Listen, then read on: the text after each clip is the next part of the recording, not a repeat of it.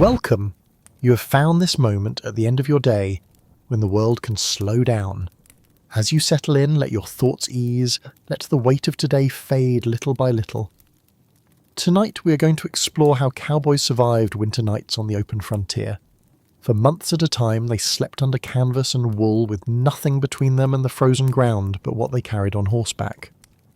The cold was constant. The wind never stopped. Darkness lasted 14 hours or more.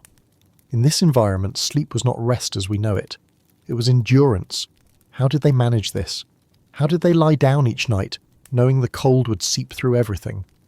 Their methods were practical, built from experience. They relied on simple materials, careful routines, and the knowledge passed between men who had survived seasons before them. There was no comfort to be found, only small strategies that made the unbearable slightly more bearable. Over the next while we will move through the winter nights of the American frontier. We will see what a cowboy carried for shelter, how he chose where to sleep, and what those long cold hours felt like when there was nowhere else to go. So settle in, let the story unfold at its own pace. The cowboys' winter stretched across a vast territory. From the grasslands of southern Texas to the high plains of Montana, men worked cattle through landscapes that offered no mercy when temperatures fell. In Texas, winter came as dry cold. The nights dropped below freezing, but the air stayed clear.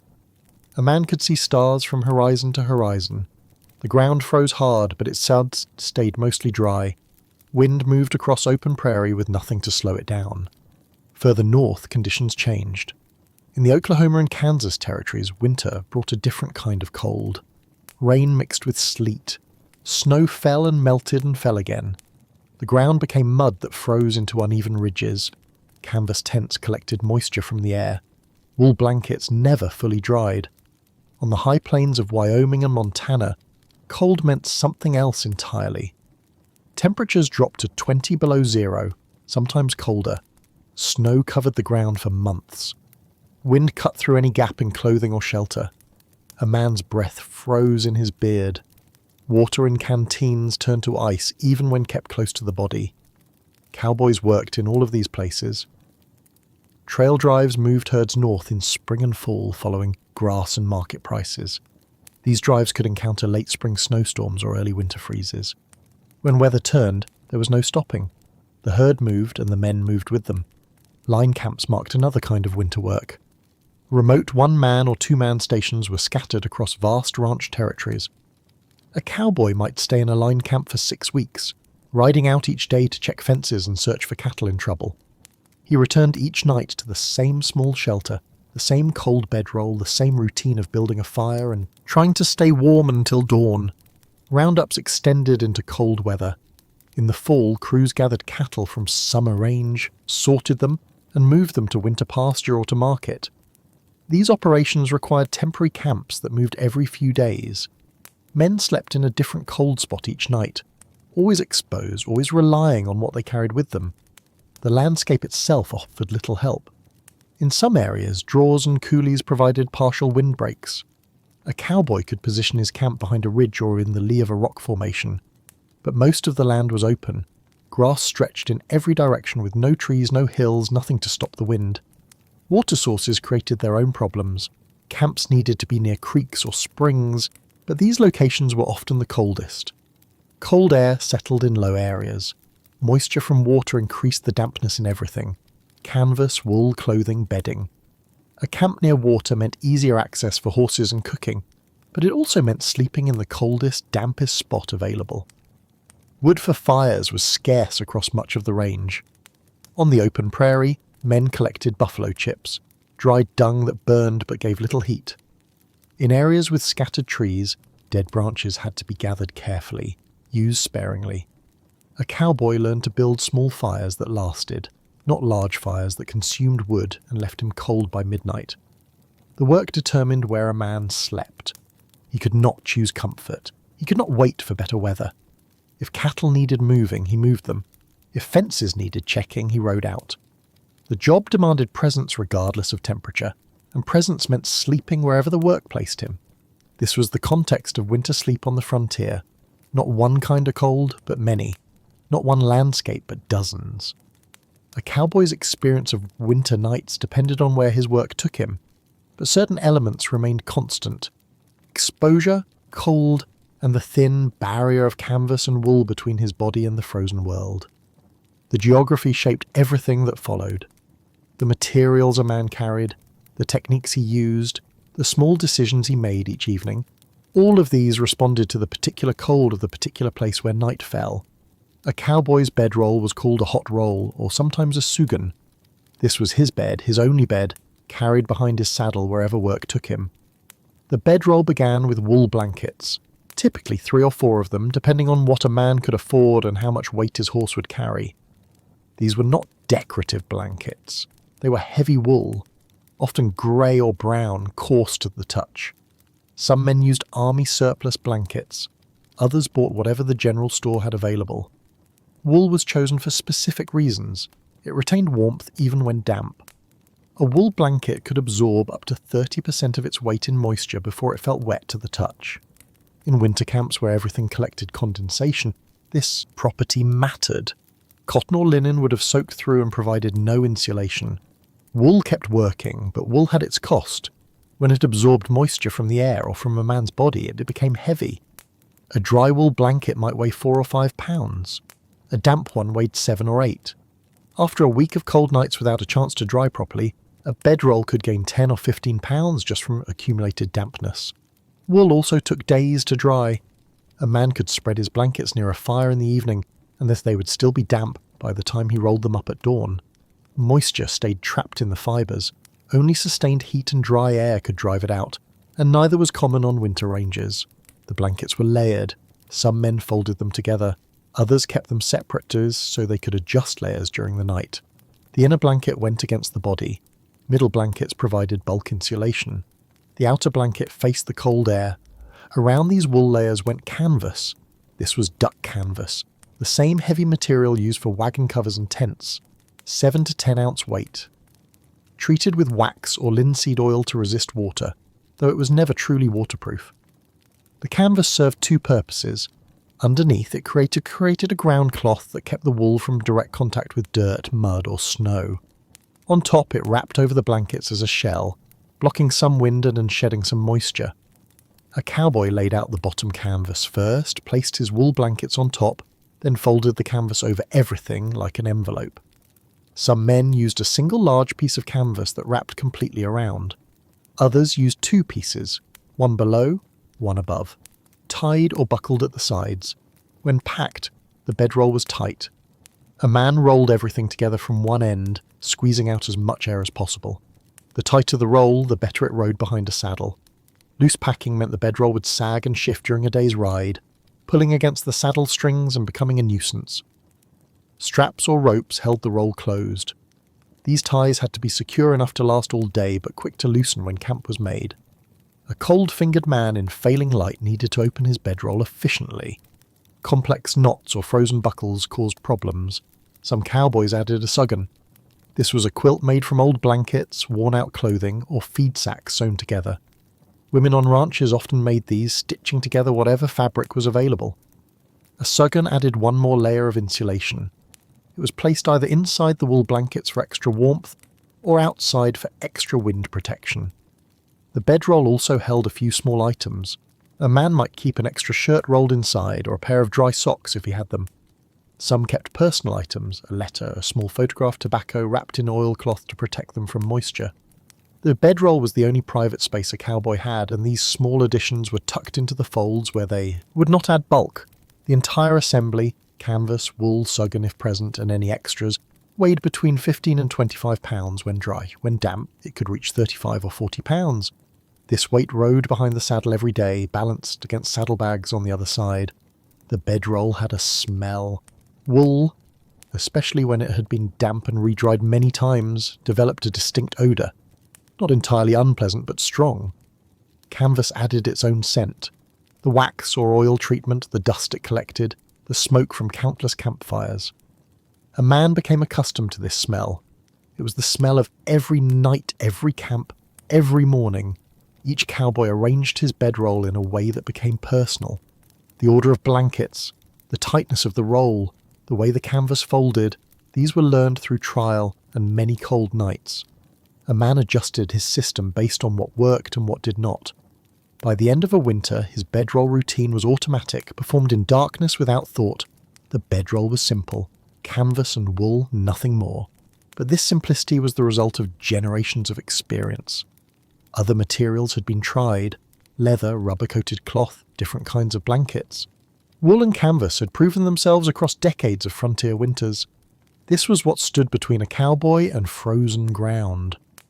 Not much, by the measure of what we consider necessary for sleep, but it was what existed, what could be carried, what could be maintained with limited resources, and so it had to be enough.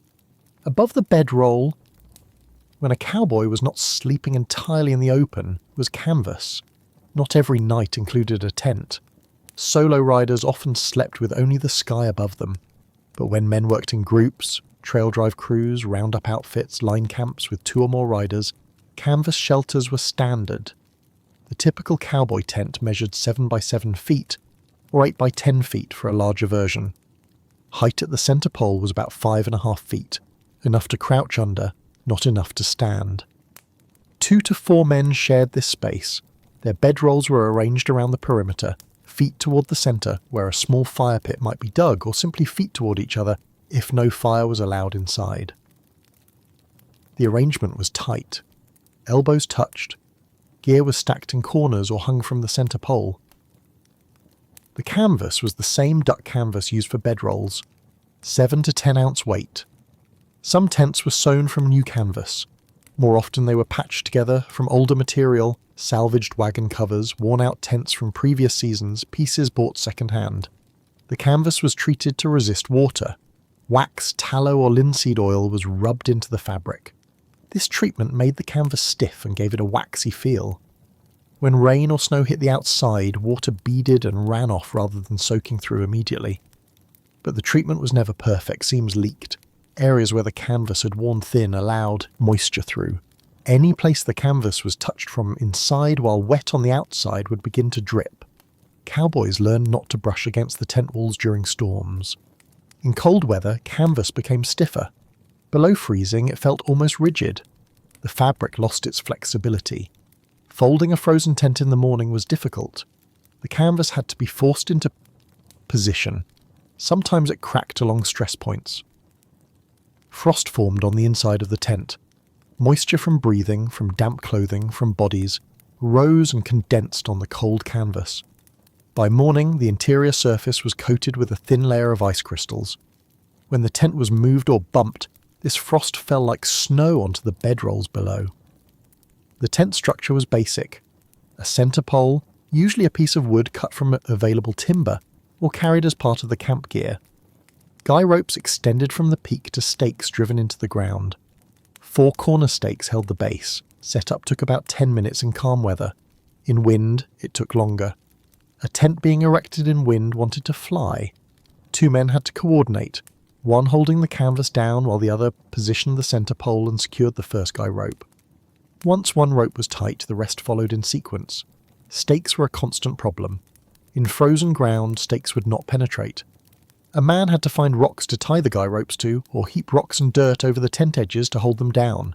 In muddy ground, stakes pulled out during the night if wind shifted. A cowboy waking to canvas collapsing on top of him was not uncommon. The tent provided windbreak. This was its primary value. Even thin canvas blocked wind almost completely. The difference in temperature inside versus outside was not dramatic, perhaps 5 or 10 degrees warmer inside in still conditions. But the absence of wind made that small temperature difference feel significant. The tent did not retain heat well. If a small fire was built inside, the space warmed briefly, but heat escaped quickly through the canvas and through the gap at the bottom where canvas met ground. By the time the fire died down, the interior temperature fell back to near outside levels. Ventilation was necessary. A completely sealed tent would fill with smoke if any fire was lit inside and would trap the moisture from men's breathing. Most tents had a small opening at the peak, or gaps left where the canvas met the ground. These openings let smoke and moisture escape, but they also let cold air in. Some crews did not use tents at all. A tent meant extra weight to transport. It required setup time. In dry, clear weather, it offered little advantage. Many cowboys preferred to sleep in the open, using only their bedrolls and positioning themselves near a fire or behind a natural windbreak. But when storms came, canvas mattered. Rain soaking through wool blankets was dangerous. Wet wool was better than wet cotton, but it was still heavy, cold, and took days to dry. Canvas overhead kept the worst of the moisture off, not all of it, but enough. Snow was less of a problem than rain. Dry snow could be brushed off canvas, it could be shaken off blankets in the morning. It did not penetrate the way rain did. A tent in snow mainly provided wind protection and prevented snow from accumulating on top of sleeping men. Shared canvas meant shared space. 4 men in a 7x7 tent meant close quarters. There was no privacy. Snoring, coughing, the smell of damp wool and unwashed bodies, these were constants. A man learned to sleep through disturbances or accept that sleep would be broken and light. The tent was maintained when possible. Rips were sewn, new patches were added over worn spots. Guy ropes were checked and replaced if fraying. But maintenance was low priority compared to other tasks. A tent that leaked a little or had a torn corner was still used until it became unusable. When a tent finally wore out, it was often repurposed. The canvas was cut into smaller pieces for patching other tents, for adding extra layers to bedrolls, for making covers for gear. Nothing was wasted. The canvas tent was a borrowed space. It did not belong to any one man. It was shared, impersonal, purely functional. It went up at dusk and came down at dawn. It was never home, never comfortable. It was simply a small modification of the condition of sleeping outdoors in winter. And for many nights, for many men, it was enough to make the difference between enduring and not enduring. Site selection began before sunset. A cowboy arriving at where he would make camp, whether alone or with a crew, immediately assessed the ground. The first consideration was wind. On open prairie, wind was constant. A camp in the open meant wind against canvas all night, wind pulling heat away from any fire, wind finding every gap in wool and clothing. Natural wind breaks were rare but valued. A ridgeline could block wind from one direction. The lee side of a ridge, the side sheltered from prevailing wind, was worth the climb to reach it. Even a low rise in the land could disrupt wind enough to matter. Draws and coulees offered more protection. These were shallow valleys cut by water, often dry except during rain. Their banks, even if only 5 or 6 feet high, blocked wind at ground level. A camp placed at the bottom of a draw was noticeably less exposed than one on flat ground. Rock formations provided shelter when available. A camp positioned next to a large boulder or rock outcropping gained a solid wall on one side. The rock absorbed some heat from the sun during the day and released it slowly through the evening, though this warmth did not last far into the night. Trees were the best windbreak, but trees were scarce across much of the range. Where they existed, along creek beds, in isolated groves in the foothills, they were used. A camp under trees was sheltered from wind and partially protected from snow or rain. Branches overhead disrupted. Falling precipitation and broke its force. But trees also meant damp. Moisture clung to bark and foliage.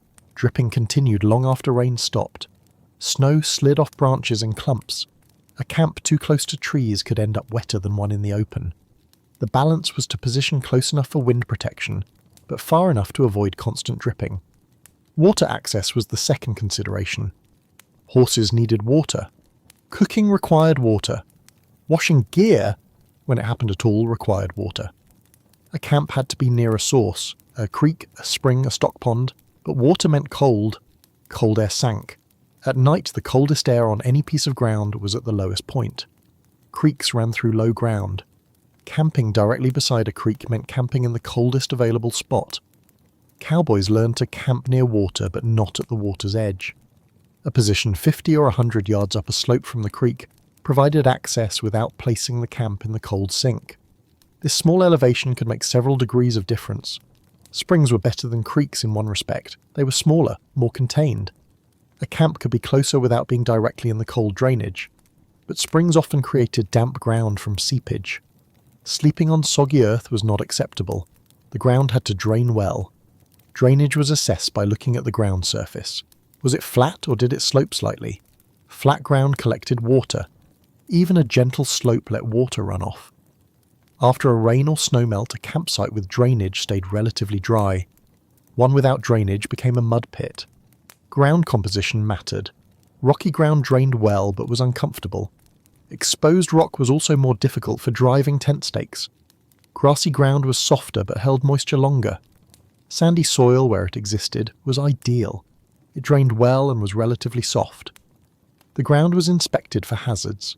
Cactus, even dormant in winter, was a problem. Rocks that would dig into a man's back or hip through the bedroll were moved if possible. Branches, sticks, and anything else that would create a pressure point under canvas and wool were cleared away. The availability of firewood influenced site selection. A camp with no wood meant a cold night unless buffalo chips or other fuel could be found. Proximity to dead trees, downed branches, or dry brush was valuable, but again the balance mattered. A camp too close to heavy timber could be sheltered but dark, damp, and difficult to navigate in low light. Sun exposure was considered in some situations. A campsite that received morning sun would warm earlier. Frost melted faster. Gear dried more quickly, but the benefit was slight and only mattered if the camp was staying in place more than one night. Animal signs were noted.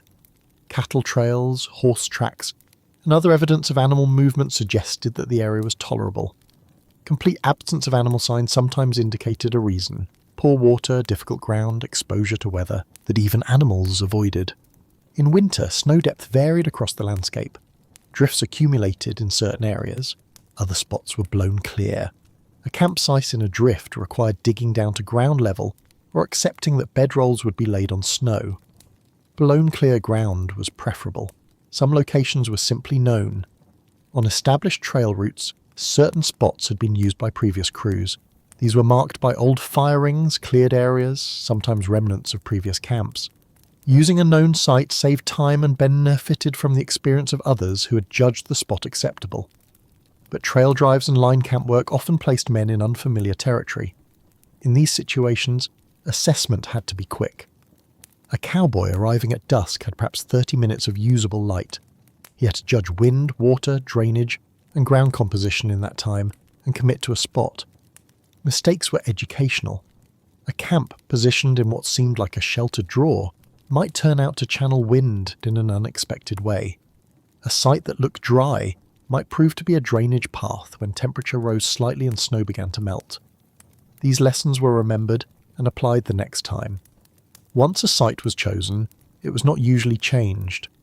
The work of setting up camp, unpacking bedrolls, erecting tent if present, gathering firewood, arranging gear, represented significant effort. Moving camp after setup meant doing all of that again in darkness. It happened, but rarely. The choice of where to sleep was the first defense against cold. A good site reduced exposure. A poor site made an already difficult night worse. Cowboys learned this through repetition, through cold nights in bad spots, and through noticing what worked when morning came and they were still functional. The decision was made in minutes, sometimes seconds, but it shaped the next 10 or 12 hours, and in winter, those hours were long. When a cowboy stopped for the night, the work was not over. The work changed from riding to preparing for stillness. Horses came first. Always. A man's horse was transportation, work tool, and to some degree, insurance. A horse in poor condition created problems that cascaded into danger. So even when a man was cold, tired, and hungry, the horse was tended before anything else. The saddle came off. This meant lifting 35 or 40 pounds of leather and wood, more if the saddle was wet, and setting it down carefully. Saddles were expensive and not easily replaced. A broken saddle tree could mend a man's ability to work. Saddles were placed on the ground, sometimes propped against a rock or log to keep the underside off damp earth. The saddle blanket was removed and inspected. If it was damp with sweat, it was draped over the saddle or laid out flat to dry. If it was reasonably dry, it could be used later as extra insulation under a bedroll. The horse was inspected. A hand ran down each leg checking for heat or swelling. Hooves were picked clean of packed dirt or stones. Any sign of injury or lameness was noted, though there was little that could be done about it in a temporary camp. Some horses were hobbled. Leather straps buckled around the front legs, close enough together that the horse could not take a full stride. This allowed the horse to graze but prevented it from wandering far during the night. Hobbling was standard on trail drives where losing a horse meant falling behind. In line camps or more permanent setups, Horses might be placed on a picket line, a long rope stretched between 2 points with individual lead ropes tied at intervals. Each horse was attached and could move a few feet in any direction, but could not stray. In severe cold, some cowboys blanketed their horses. A blanket was a canvas or wool cover that draped over the horse's back and was secured with straps. This was not common. Blankets for horses were extra weight and expense, but some outfits provided them, especially for night horses kept close for emergency use. With horses secured, attention turned to fire. Firewood had to be gathered before darkness made searching difficult. Dead branches were collected. On the prairie, this meant walking in widening circles looking for any wood at all. Pieces of dried sage, small sticks, anything that would burn. In areas with trees, dead lower branches could be broken off or picked up from the ground. Buffalo chips were common fuel on the open range. These were dried pieces of bison dung, hardened by sun and time. They burned with a low flame and produced less heat than wood, but they were often the only option. A man gathered an armful or two, enough to keep a small fire going for a few hours. The fire was built in a shallow pit if possible. Digging down 6 inches or a foot helped protect the flame from wind and contained the heat slightly. In frozen ground, digging was not possible. A ring of rocks served instead, blocking wind from at least some directions. The fire was small. Not a bonfire, not a large blaze. A fire built from a few sticks or chips, producing steady flame but not consuming fuel quickly. A small fire could be maintained for hours. A large fire burned through available wood in minutes and then died, leaving the night colder than if no fire had been built at all. Starting the fire required dry tinder. A cowboy carried this if he was experienced.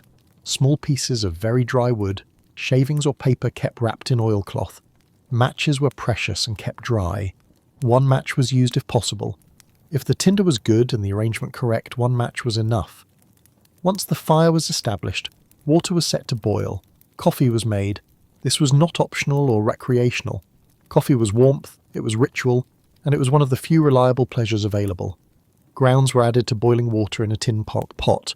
Boiled to gdir, then the pot was removed from the flame and set aside to let grounds settle. Food, if any was prepared, came next. On trail, drives. A cook managed this. Inline camps or small groups, each man handled his own. Beans, bacon, bread, if there was any. Simple food cooked quickly. No one lingered over preparation. The goal was fuel for the body, consumed while there was still some warmth from the fire. While food cooked or coffee boiled, bedrolls were unpacked. The tight roll that had ridden behind the saddle all day was untied and spread out. Canvas was unfolded. Blankets were shaken to air them and loosen any stiffness from being compressed. The bedroll was positioned carefully. If there was a tent, bedrolls went around the interior perimeter. If sleeping in the open, bedrolls were placed in relation to the fire, close enough to receive some warmth, not so close that a spark could land on canvas or wool. Feet were positioned toward the fire. This was standard. The feet lost heat quickly. Keeping them aimed at the flames provided warmth to the coldest part of the body. It also meant the head was away from smoke. If the ground was very cold or very hard, additional insulation was placed under the bedroll. Dried grass, if available, made a layer between canvas and earth. Pine boughs, in forested areas, provided cushion and some insulation. Often there was nothing, and the canvas went directly onto frozen soil. Gear was organised. Saddles, bridles, ropes, and other equipment were placed within reach, but out of the way. Everything had a position, learned through repetition. A man waking in darkness to some emergency needed to know where his gear was without thinking. Boots were a decision. Some men removed them and placed them near the fire to dry. Others kept them on, knowing that frozen or stiff boots in the morning were difficult to get back onto cold feet. Removing boots meant vulnerability. If something happened during the night, precious seconds were lost. Keeping boots on meant less comfort but faster response. Hats stayed on. A hat held heat around the head. Even inside a tent, even wrapped in blankets, most cowboys kept their hats on through the night. The last task was a final check of the horses, walking the picket line or checking hobbles, making sure no animal was tangled or distressed. This took only a minute or two but was not skipped. A horse in trouble during the night could injure itself or create noise that disturbed the entire camp. Then there was nothing left to do. The fire burned low. Coffee was drunk. The last tobacco was smoked if a man had any. Conversation, if there was any, was brief and quiet. Tired men did not waste energy on talk. One by one, men settled into their bedrolls. Canvas was pulled up, wool was arranged, bodies shifted to find the least uncomfortable position. The transition from movement to stillness was not comfortable.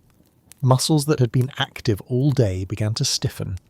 The cold that had been kept at bay by motion began to assert itself. The evening sequence was the same every night. It became automatic. Each step followed the previous step without decision.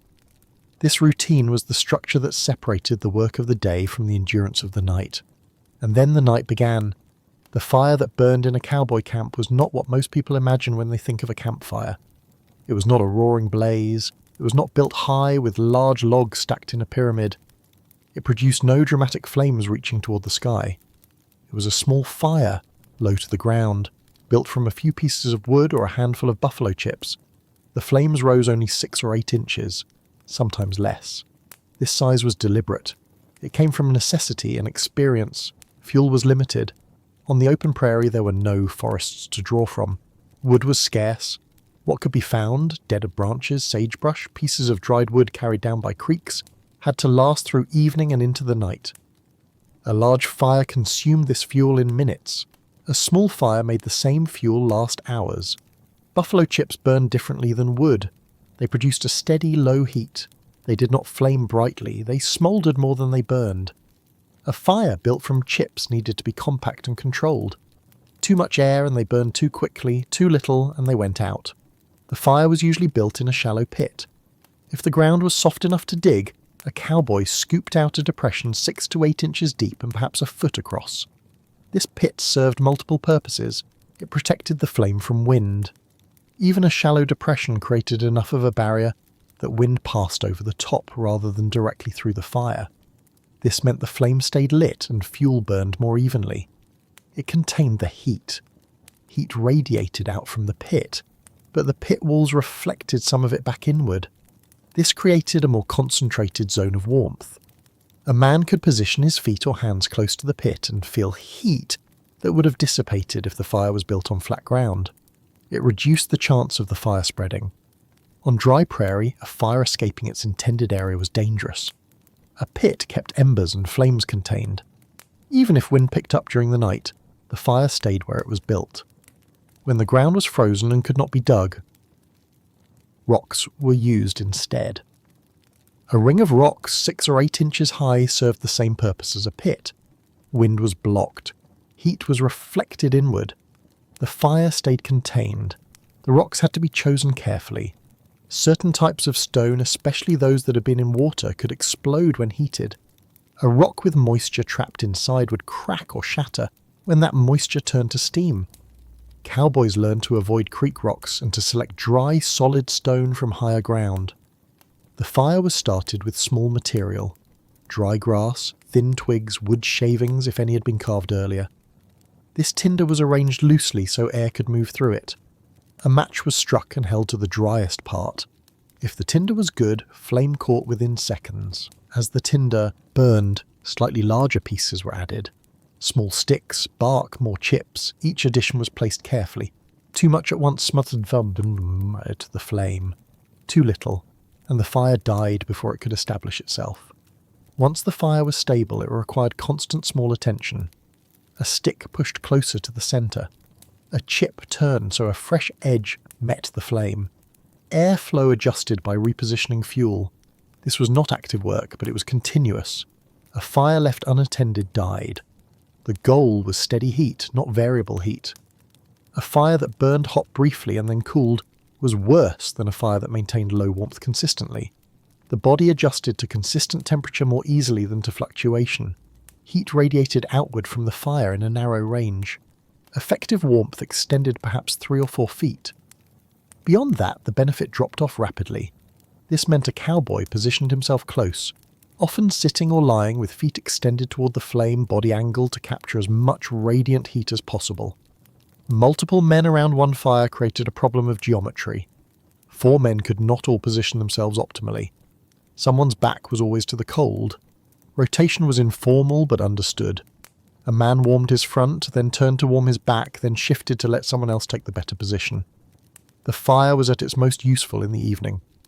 After the work of making camp, after food was prepared and coffee was made, men sat near the flame for perhaps an hour. This was the warmest part of the night. The fire was still being actively fed.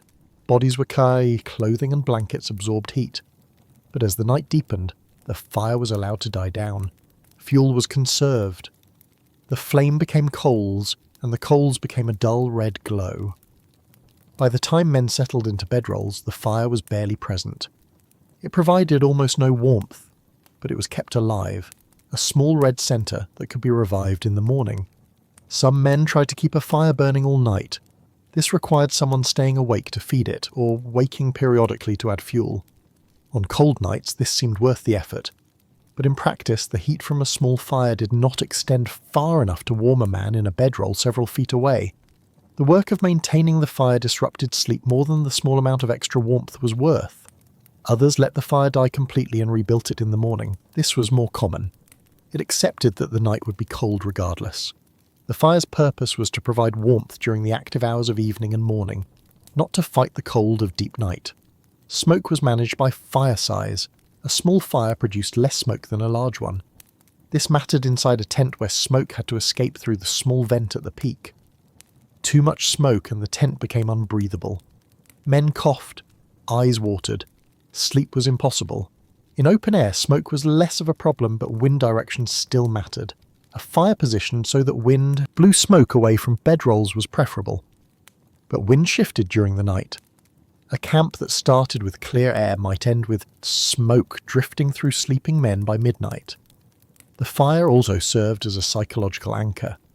In darkness, on open land, with nothing but grass and sky in all directions, the small point of light marked the location of camp. A man stepping away to check horses or relieve himself used the fire to navigate back. Without it, in full darkness, even a camp 20 feet away could be difficult to locate. Cowboys developed preferences for how to build fires. Some preferred a narrow, deep arrangement. Others built wider and shallower. Some used more chips, others used more wood when available. These preferences were based on experience with what worked in different conditions: wind, fuel type, ground composition. But all fires shared the same characteristic: they were small. The image of cowboys around a massive bonfire is not accurate to the reality of winter camps. Massive fires were for celebration, for large gatherings, for times when fuel was abundant and there was no need to conserve. Working fires were modest. They were built to last, not to impress. They provided just enough warmth to make evening tolerable and morning possible. They did not fight the cold so much as create a small zone where the cold was slightly less. And when morning came, when the fire was rebuilt from coals or from scratch, it remained small, coffee was boiled, hands were warmed. Then the fire was extinguished, the pit filled in or the rock ring scattered, and the camp was left with no evidence that warmth had ever existed there. The small fire was a compromise with scarcity. It was an acknowledgement that full comfort was not possible. It was a practical response to the constraints of fuel, time, and the physics of heat in open air. It was enough to survive by. And survival was the measure that mattered. Wool kept cowboys alive through winter nights. Not because it was comfortable, but because it continued to insulate even under conditions that made other materials useless. The wool used in frontier bedrolls was not soft. It was coarse, dense, and heavy. Most blankets were made from wool that had been minimally processed. The fibres were thick. The weave was tight enough to trap air, but loose enough to remain flexible. Wool came from sheep, and the quality varied depending on the breed, the climate where the sheep lived, and how the wool was prepared. Blankets sold in general stores or through catalogues were often made from mixed-grade wool. Some fibres were finer, others were coarser, all combined into a single fabric. The colour was usually grey or brown, sometimes a mix of both. Dye was expensive and unnecessary for a work blanket. Natural wool colours were acceptable. Some military surplus blankets were darker grey or had stripes, remnants of their origin as army issue. A wool blanket weighed between 4 and 6 pounds when dry. This weight came from the density of the fabric. Wool was not a light material. Carrying 3 or 4 blankets in a bedroll meant carrying 15 to 20 pounds of wool alone, not counting canvas or other items. The weight increased when the wool absorbed moisture. Wool could hold up to 30% of its weight in water before it felt wet to the touch. This property was critical. In cold, damp conditions, and most winter camps were damp, wool absorbed moisture from the air, from condensation from a man's breath and body, and from any rain or snow that penetrated the canvas. A blanket that weighed 5 pounds dry could weigh 7 pounds after a few nights in damp conditions. After a week without a chance to dry, it could weigh 8 or 9 pounds. The bedroll grew heavier day by day, but even while holding this moisture, wool continued to insulate. The structure of wool fibres created air pockets. These pockets trapped still air, and still air was the mechanism of insulation. Moisture filled some of these pockets, but not all of them. Enough air remained trapped that the blanket still blocked heat loss from the body. Cotton or linen, by contrast, lost nearly all insulating value when wet. The fibres collapsed. Air pockets disappeared. A wet cotton blanket conducted heat away from the body rather than trapping it. Wool did not do this. Damp wool was worse than dry wool, but it still worked. The trade-off was that damp wool was cold to the touch. When a man first wrapped himself in a blanket that had absorbed moisture overnight, the initial sensation was chill. The fabric felt cold against skin. This cold was the moisture in the wool, not yet warmed by body heat. Over the course of 10 or 15 minutes, body heat began to warm the moisture. The blanket stopped feeling cold. It reached a state of being thermally neutral, not warm, but no longer actively drawing heat away. This was the point at which wool's insulation began to function. If the body produced enough heat, the inner surface of the blanket eventually felt slightly warm. But this took time and depended on the man being well fed, not exhausted, and not already chilled to the point where his body could not generate sufficient heat. Drying wool was difficult. A damp blanket placed near a fire would dry on the side facing the flame, but the interior of the fabric remained damp. Wool was thick. Heat did not penetrate quickly. To fully dry a blanket required spreading it in sun and wind for several hours, or hanging it near sustained heat for half a day. In winter camps, these conditions rarely existed. Sunlight was weak and short-lived. Wind was constant but cold, and drying required warmth as well as air movement. Fires were small and needed for cooking, not for drying gear. A cowboy might dry one side of one blanket in an evening, but the other side and the other blankets remained damp. The result was that wool stayed damp for weeks at a time, from the first cold night of autumn until a break in weather or a return to a ranch. Blankets were never fully dry. Cowboys accepted this. Damp wool was normal. The goal was not dryness, but managing the dampness so it did not become soaking wet. Wool had a smell. Damp wool especially. It was an organic smell, slightly sour, distinct but not unbearable. This smell intensified the longer the wool stayed damp. After weeks in a bedroll, the smell became strong. It permeated everything: clothing, canvas, the interior of tents. Cowboys became accustomed to it. It was the smell of winter work, as familiar as the smell of horses or leather. Visitors to camps often commented on it, but the men living with it no longer noticed. Wool also held on to other smells. Smoke from fires soaked into the fibres. Sweat, though minimal in cold weather, was absorbed. The smell of horse, present on every piece of gear, transferred to the blankets. All of these combined into a single odour that marked a working bedroll. The texture of wool changed with use. New wool was relatively soft, though still coarse compared to modern blankets. After months of being rolled, unrolled, slept in and exposed to weather, wool became matted. The fibres compressed. The blanket became stiffer and less flexible. This matting reduced insulation slightly. Compressed fibres meant fewer air pockets, but the effect was gradual and not severe enough to make the blanket useless. A well-used wool blanket still functioned. It just became harder to fold and less pleasant to touch. Wool was also durable. Unlike cotton, which tore relatively easily, wool resisted damage. A snag or pulled thread did not immediately create a hole. The fibres held together. Small tears could be ignored. Large tears were sewn, often crudely, with whatever thread was available. Some blankets lasted years. They were passed from one cowboy to another, carried through multiple seasons, patched repeatedly. The wool thinned in places, especially along the edges where it rubbed against canvas or ground. But thinned wool still provided some insulation. The insulating value of wool decreased when it was compressed. A man lying on top of a wool blanket compressed the fibres beneath his body weight. The air pockets collapsed. That layer provided almost no insulation from the cold ground.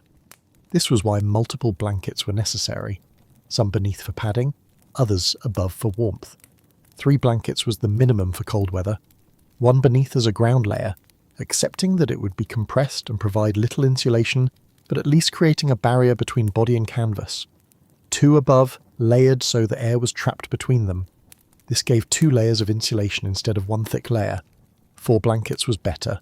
2 beneath, 2 above, or 1 beneath, 3 above if the ground was not too cold.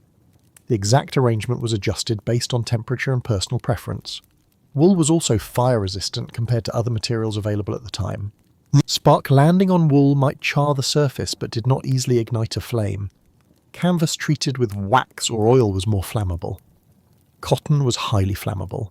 Wool's resistance to burning made it safer around the small fires that were part of every camp. But wool did burn if exposed to sufficient heat. A blanket left too close to a fire could smoulder and develop holes. These holes were permanent damage. They could be patched, but the blanket was weakened. Cowboys learned the distance at which wool was safe from fire damage, but still close enough to gain warmth. This distance was roughly 2 to 3 feet from a small flame. Closer than that and there was risk. Farther and there was no benefit. Wool's value was proven through comparison.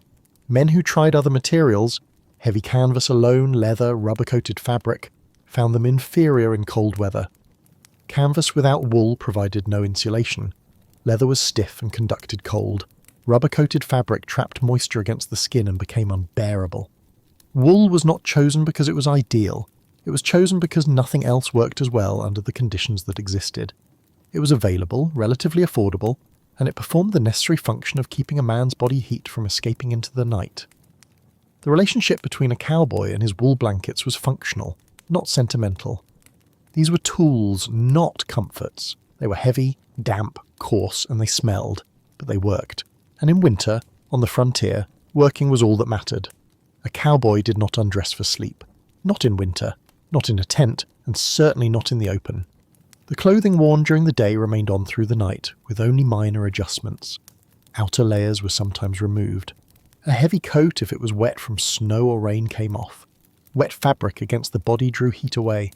It was better to remove a wet coat and rely on the dry layers beneath it, even if those layers alone were not warm enough. But if the coat was dry or only slightly damp, it stayed on. The coat was insulation, and every layer of insulation mattered. Long underwear was never removed. These were 1-piece or 2-piece garments made from wool or cotton, sometimes a blend. They covered from neck to wrists to ankles. Cowboys wore them from the first cold days of autumn until spring. They were worn for weeks at a time without washing. Over the long underwear came a shirt. Wool if a man could afford it, cotton or flannel if not. The shirt was worn during the day and remained on at night. It was part of the layering system. Over the shirt, some men wore a vest. Vests added a layer over the torso without adding bulk at the arms. They were preferred by some, ignored by others. Pants stayed on. Heavy canvas or wool pants, worn for riding and for walking, were worn for sleeping. Removing them meant exposing legs to cold air during the transition into the bedroll, and it meant cold pants to put back on in the morning. Some men loosened their belts or unbuttoned the top button of their pants for comfort, but the pants stayed on. Socks remained on foot and feet. Wool socks, usually thick and coming up to mid-calf. These were often the dampest items of clothing by evening. Damp from sweat during the day, damp from condensation in boots, damp from stepping in snow or wet ground. If a man had a dry pair of socks, he might change into them for the night. This was a luxury. Most cowboys owned 2 or 3 pairs of socks total. Having a dry pair available was rare. More often, the damp socks stayed on because they were the only socks. Boots were the decision point. They could stay on or come off. Keeping boots on meant full readiness. If something happened during the night, a horse broke loose, cattle scattered, another rider called for help, a man could be on his feet in seconds. No fumbling for boots in darkness, no trying to force cold feet into stiff leather. Boots on also meant additional insulation for the feet. Leather blocked wind. The interior of the boot, even if not warm, was warmer than bare socks exposed to air. But boots were uncomfortable. Sleeping in boots meant pressure points against ankles and shins. It meant limited ability to flex feet. It meant waking with feet that felt compressed and stiff. Boots off meant more comfort. Feet could move. Blood flow was less restricted. The relief of removing boots after a long day in the saddle was significant. But boots off meant vulnerability. In the morning, the boots were cold. The leather was stiff. Sometimes, if boots had gotten wet during the day, they froze overnight. Frozen boots were nearly impossible to put on. They had to be thawed by the fire, which took time and delayed the start of the day. Most cowboys compromised. They removed boots but kept them inside the bedroll down near their feet. The boots stayed relatively warm from proximity to the body. In the morning, they were cold but not frozen. This approach balanced comfort with practicality. Gloves were removed. Hands needed to be free during the night for adjusting blankets, scratching, or any other small task. Gloves also needed to dry if they were damp. They were placed near the fire or tucked into a jacket pocket. Hats stayed on. This was nearly universal. A hat held heat around the head. Even a thin felt or wool hat reduced heat loss significantly. The head radiated heat constantly. Covering it was a simple, effective measure. Some men pulled their hats down low over their ears for additional warmth. Others kept the brim up but relied on the crown to insulate the top of the head. Bandanas, which were worn around the neck during the day, often stayed in place at night. They covered the neck and could be pulled up over the nose and mouth if the air was especially cold. Breathing through fabric warmed the air slightly before it entered the lungs. Additional clothing was sometimes added at night. If a man had an extra shirt in his gear, he might put it on over the shirt he was already wearing. 2 shirts were warmer than one. Extra socks, if available, could be worn on hands as improvised mittens. This was not uncommon. Socks were more readily available than spare gloves, and they served the same purpose. Layering was the principle. Multiple thin layers trapped more air than one thick layer. Air between layers was what provided insulation. Each additional layer, no matter how thin, added to the total barrier between body heat and outside cold. But there was a limit. Too many layers restricted movement. A man wrapped so tightly in clothing that he could not shift position or adjust his blankets was less comfortable than one with fewer layers and more mobility. Damp clothing was a constant issue. During the day, a man sweated lightly from exertion. In cold weather, this sweat did not evaporate quickly. It was absorbed into the fabric of his clothing. By evening, everything he wore carried some moisture. This moisture did not dry overnight. Inside a bedroll, there was no air circulation to carry moisture away. The dampness stayed in the fabric, held against skin by the pressure of blankets. Over days and weeks, this led to a state where no clothing was ever fully dry. Everything was damp to some degree. The distinction was between slightly damp and very damp, not between dry and wet. Cowboys developed tolerance for this. Putting on damp clothing in the morning was unpleasant, but it was routine. The body's heat would warm the fabric within minutes of starting to move. Until then, the sensation was cold and clammy. Washing clothing was rare. Water was cold, soap was limited. Wet clothing took days to dry, and during that time it could not be worn. Most cowboys wore the same clothes for weeks without washing them. This meant that clothing accumulated dirt, sweat, and the smell of smoke and horses. But in a winter camp where everyone was in the same condition, this was not remarked upon. It was simply the state of being. Some items were never removed through an entire season. Long underwear, in particular, was often worn continuously from late autumn until spring. The idea of removing it, washing it, and putting it back on was impractical. It stayed on, worn under other layers, until weather warmed enough that it was no longer necessary. The clothing a cowboy wore to sleep was the same clothing he wore to work. There was no separate set of sleep clothes. The distinction between day and night was not marked by changing garments, but by stopping movement and lying down. This lack of distinction meant that clothing served double duty. It had to be durable enough for riding, flexible enough for sleeping, and insulating enough to provide warmth in both contexts. The result was that clothing choices were conservative.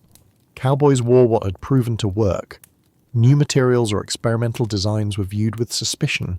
Wool and canvas and leather had generations of use behind them. That history mattered more than any potential improvement.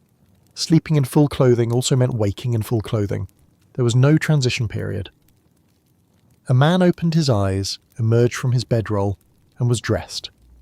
This saved time in the morning, which was valuable when tasks needed to be completed before daylight. The practice of sleeping clothed was not unique to cowboys.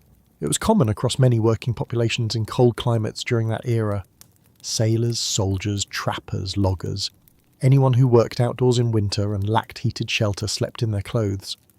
For cowboys, it was simply the way things were done, not a choice so much as a requirement.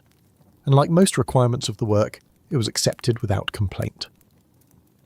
The ground in winter was not forgiving. Across most of the range, by the time true cold set in, the earth was frozen solid. Frozen ground felt like stone. A boot heel striking it made a hard, ringing sound. Trying to drive a tent stake into it was futile. The stake bent or the tip broke before penetrating more than an inch. This hardness extended downwards. The surface was frozen, and 6 inches down it was frozen, and a foot down it was still frozen. In the coldest parts of winter, frost penetrated 2 feet deep or more. Lying on frozen ground meant lying on a surface that conducted heat away from the body. The earth was a massive heat sink. No matter how much warmth the body produced, the ground absorbed it and pulled it downward into the frozen mass beneath. Canvas provided a barrier, but a thin one. The canvas of a bedroll was perhaps a 1/4 inch thick when laid flat. It blocked direct contact with dirt and ice, but it did not block the transfer of heat. Cold radiated upward through the canvas into whatever was above it. Wool beneath the body was compressed. A man's weight pressed the wool flat. The air pockets that provided insulation when wool was loose disappeared when the wool was under pressure. Compressed wool became a thin mat that did almost nothing to prevent heat loss. This meant that the side of the body facing down was always cold. The back, the hips, the shoulders, the legs, any part in contact with the ground through canvas and compressed wool, lost heat throughout the night. Some cowboys tried to address this. When available materials allowed, they created a layer between canvas and ground. Dried grass was one option. In areas where tall prairie grass grew, a man could gather armfuls of dead, dry grass and pile it into a rough mat. The bedroll was then laid on top of this mat. The grass compressed under weight, but not as much as wool. It retained some loft. The individual stalks created small air gaps that interrupted the direct transfer of cold from ground to canvas. But dried grass had problems. It was not always available. In winter, much of the prairie grass was covered by snow or frozen into the ground. What was accessible was often damp or brittle, breaking into small pieces that provided little cushion. Grass also shifted. During the night, as a man moved, the grass moved with him. By morning, the mat had separated into clumps. Parts of the bedroll were still on grass, but other parts had shifted and now rested directly on ground. Pine boughs were better where trees existed. Branches cut from the lower parts of evergreen trees could be laid in overlapping rows. The needles and small branches created a springy layer that compressed less than grass. Pine boughs also had the advantage of staying in place. The branches interlocked. They did not slide apart as easily as grass. A mat made from pine boughs at dusk was still mostly intact by dawn. But pine boughs required pine trees, and pine trees were not present across most of the range. They grew in the mountains and in scattered groves, but on open prairie they did not exist. A cowboy on a trail drive through flat grassland had no access to them. When neither grass nor boughs were available, some men used their saddle blankets. These were wool pads placed under the saddle to protect the horse's back. After the horse was unsaddled, the blanket could be spread on the ground as an extra layer. A saddle blanket was thicker than a regular blanket and less prone to compression. It provided meaningful insulation between ground and bedroll. But it also meant the saddle blanket was not available for drying, and if the ground was damp, the blanket absorbed that dampness. Most nights there was nothing to place under the bedroll. No grass, no boughs, no spare blanket. The canvas went directly onto the frozen earth. In this situation, a cowboy accepted that his back would be cold. The strategy became managing the top side, keeping the blankets above him as insulating as possible, so that even if the underside was cold, the top side retained enough heat to keep core body temperature stable. The ground was not uniformly flat. Small irregularities, a stone, a root, a slight rise or depression, became pressure points. A rock the size of a fist, barely noticeable when standing, became a painful intrusion when lying on it for hours. Before laying out the bedroll, a cowboy cleared the ground as much as possible. Rocks were moved, sticks were tossed aside, the area was smoothed by hand or by scraping with a boot. But clearing was never perfect. Frozen ground hid irregularities. A A small rock frozen into the soil could not be pried out. It stayed, and the bedroll went over it. During the night, pressure points made themselves known. A hip resting on a hidden stone would ache after an hour. The man shifted position, but shifting meant exposing a different part of the body to the cold air, and it meant disrupting the small amount of warmth that had accumulated in the bedroll. Some ground was worse than others. Rocky ground was uncomfortable but drained well. A man on rocky ground was cold but not wet. Clay soil, when frozen, was smoother but harder. It held cold intensely.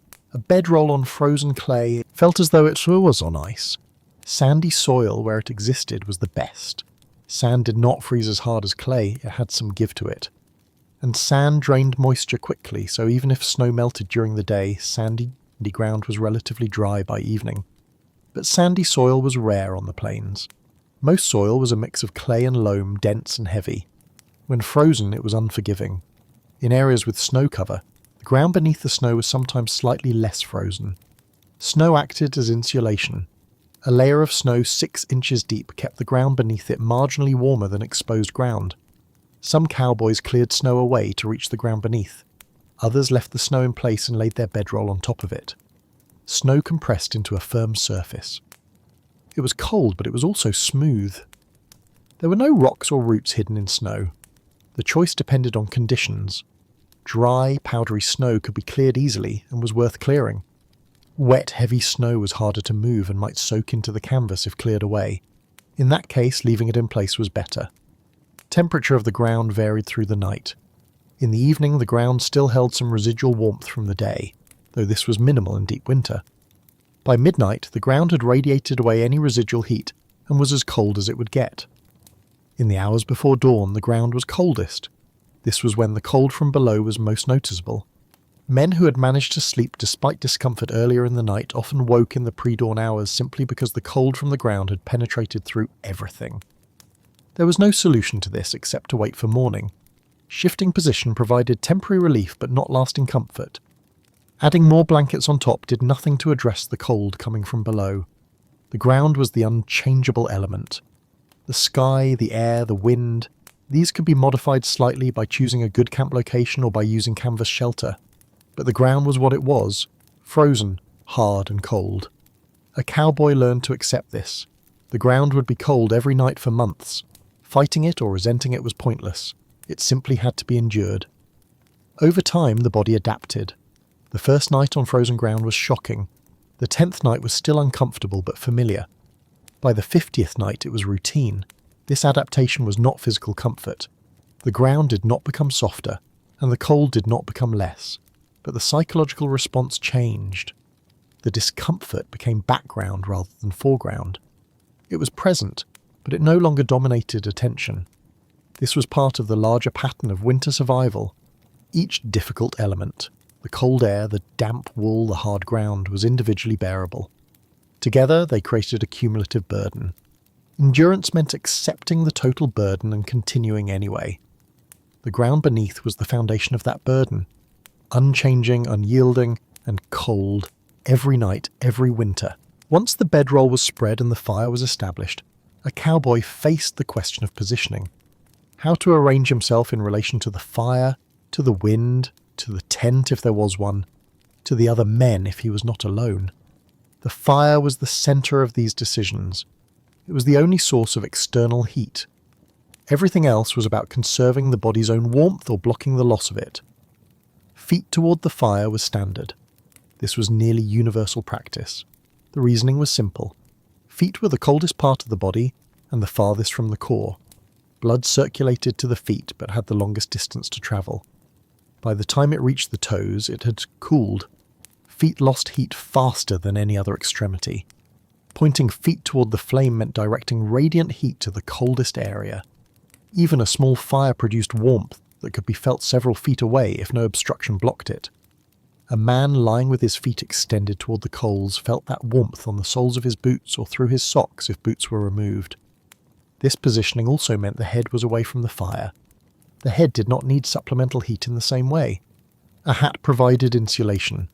The head was close to the core and well supplied with blood. Keeping the head away from the fire also meant keeping it away from smoke. The distance from fire to feet was calibrated carefully. Too close and there was risk of sparks landing on canvas or wool. Too far and the heat did not reach. The optimal distance was roughly 2 to 3 feet from the edge of the fire pit to the edge of the bedroll. At this distance, radiant heat was noticeable but not intense. It was enough to provide a sense of warmth without causing discomfort. If the fire burned higher or hotter temporarily, the man could pull his feet back slightly. If the fire died down, he could extend them closer. Wind direction affected positioning. A camp with wind from the west meant arranging bedrolls so that the wind did not blow directly across the body. Even inside a tent, air moved. Canvas blocked most wind, but not all. Small gaps at the base of the tent or around the door flap allowed air to enter. A cowboy positioned himself so that wind, if it entered, blew across his body lengthwise rather than across his width. This reduced the amount of surface area exposed to moving air. Less exposure meant less heat loss. In the open, without a tent, wind positioning was even more critical. A bedroll placed perpendicular to the wind meant the entire side of the body faced moving air. A bedroll placed parallel to the wind meant only the head or feet faced it directly. When multiple men shared a camp, positioning became a matter of available space and social dynamics. In a tent, bedrolls were arranged around the perimeter with feet toward the centre. This created a rough circle or square depending on the number of men. The man closest to the door had the coldest position. Every time the door flap opened, cold air entered. The man nearest to it felt the influx first and most strongly. But the door position also had advantages. It was easier to get in and out for night watch or for any reason. Some men preferred it despite the cold. The positions farthest from the door were most sheltered.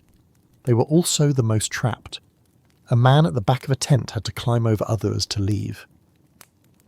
In an emergency, this could be a problem. These positions were not usually assigned formally. Men settled into bedrolls in whatever order they arrive at camp. The first man in took the position he wanted. The last man in took what was left. Some adjustment was possible. If a man's position was clearly worse, directly under a leak in the canvas, or in a spot where the ground was particularly uneven, he might ask to shift. Usually this was accommodated without conflict. The fire, if placed inside the tent, was centred. This allowed all men equal access to its warmth. But fires inside tents were risky. Smoke filled the space. Sparks could ignite canvas. Most tents did not have fires inside them.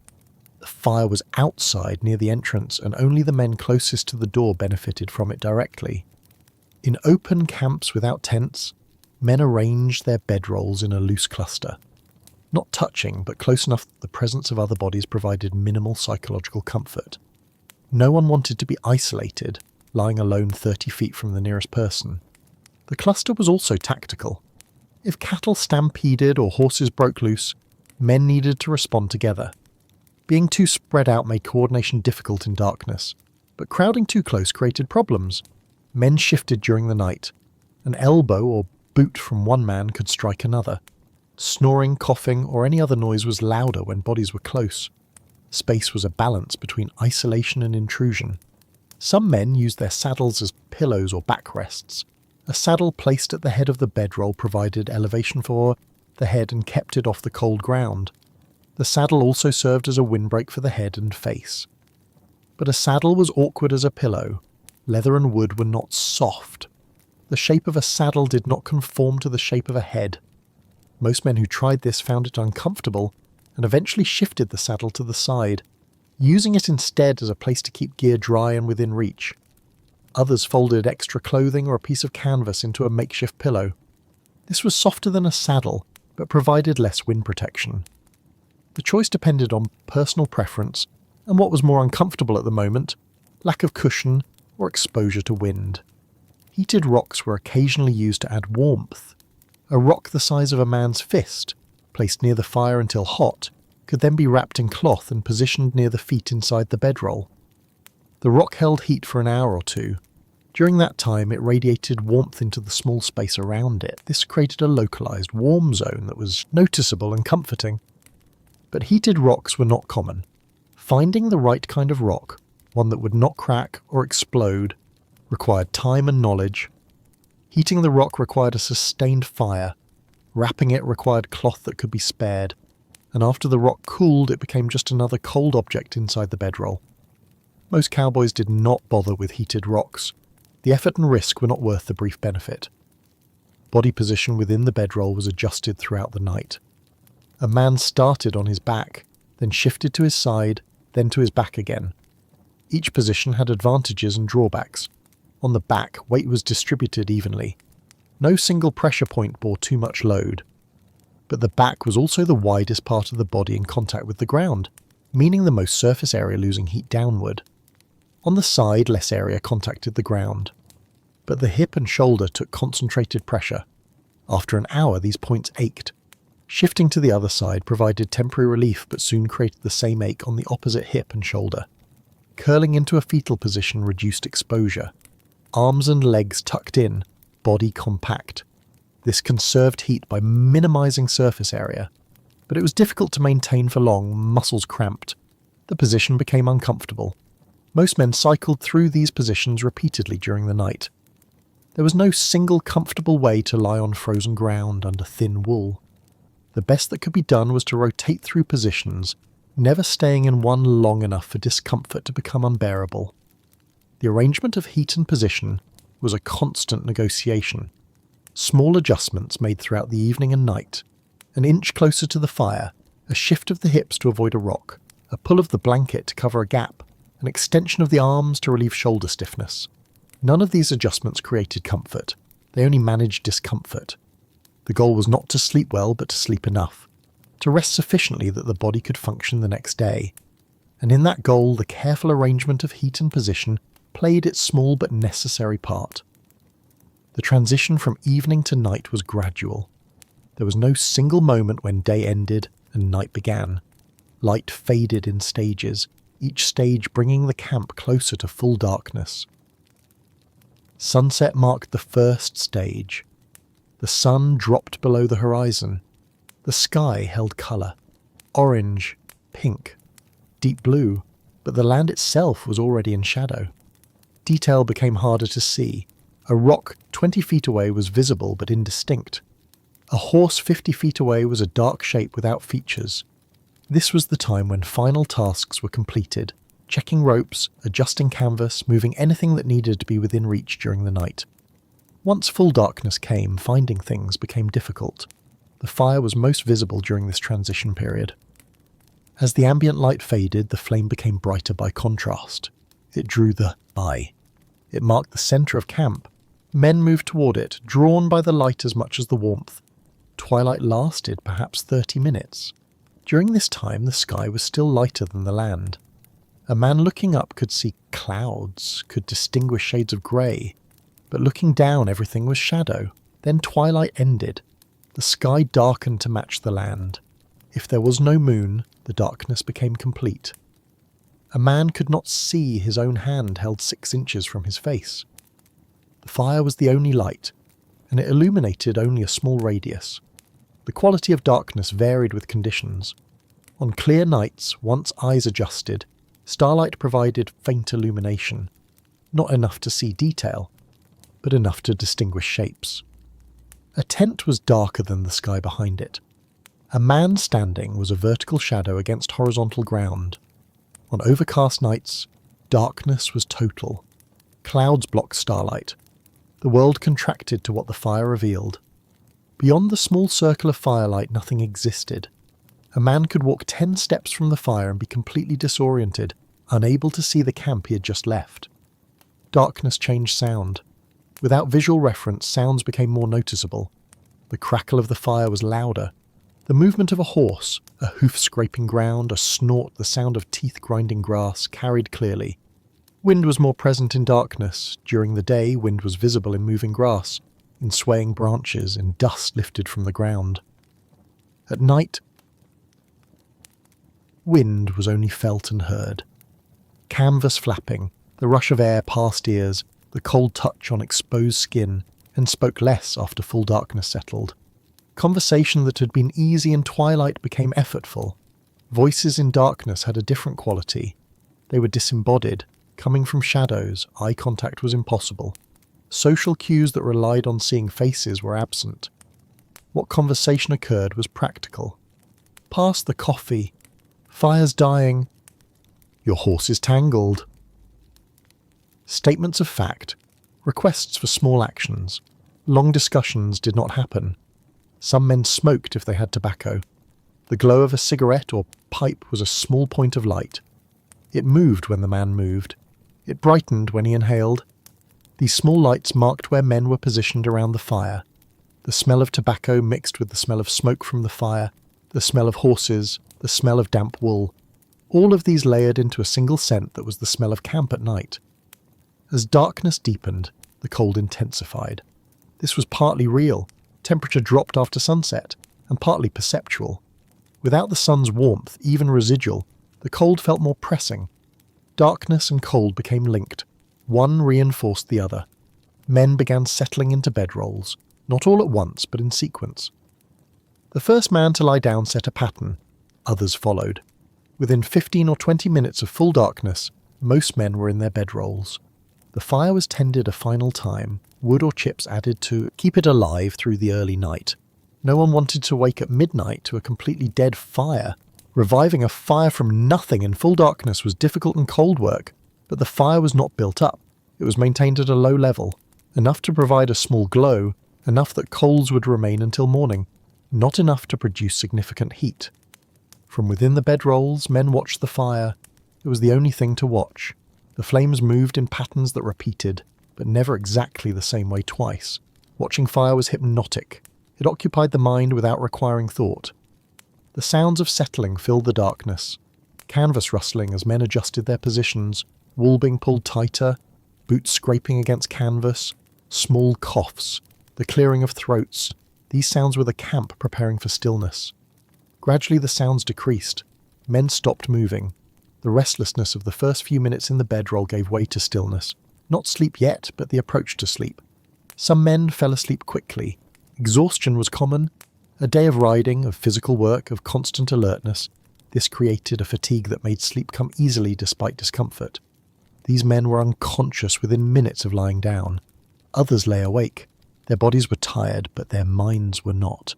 Thoughts moved through the darkness. Plans for the next day, memories of the other days, worries about things that could not be changed. The discomfort of cold and hard ground kept sleep at a distance. For those lying awake, time moved slowly. Minutes felt like hours. The darkness was unchanging. There was no way to measure time's passage except by the gradual dying of the fire. The fire dimmed. Flames became coals. Coals became a dull red glow. Eventually, even the glow faded until it was barely visible. The camp moved from darkness with a small light to darkness complete. In this full darkness, isolation was most felt. Even with other men lying a few feet away, each man was alone in his own experience of the night. The cold, the hardness of the ground, the effort to find a tolerable position, these were individual struggles. The darkness outside the bedroll felt vast. The prairie extended in all directions with no boundary. The sky above was equally vast, filled with stars that were too distant to provide comfort. A man lying under that sky was small, temporary, insignificant. This sense of scale was not usually articulated, but it was present. The frontier at night reduced a man to his most basic state. He was a body trying to maintain warmth, lying on frozen ground, waiting for morning. Some men pulled their blankets over their heads, creating a small enclosed space. This blocked out the darkness and the vastness. It created a boundary, artificial but psychologically useful.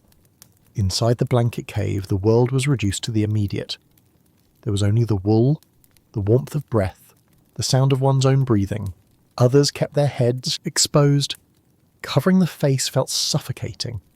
They preferred to see the darkness, to maintain some connection with the space around them, even if that space was empty and cold. There was no right choice. Each man managed the night in the way that worked for him. As the hours passed, the quality of darkness changed slightly. Eyes adjusted fully. What had been complete blackness became very dark grey. Faint shapes were barely perceptible. The edge of a tent, the outline of a saddle. These were more sensed than seen, but they were there. The stars, if visible, moved across the sky. Their positions changed slowly but measurably. A man lying awake could track this movement.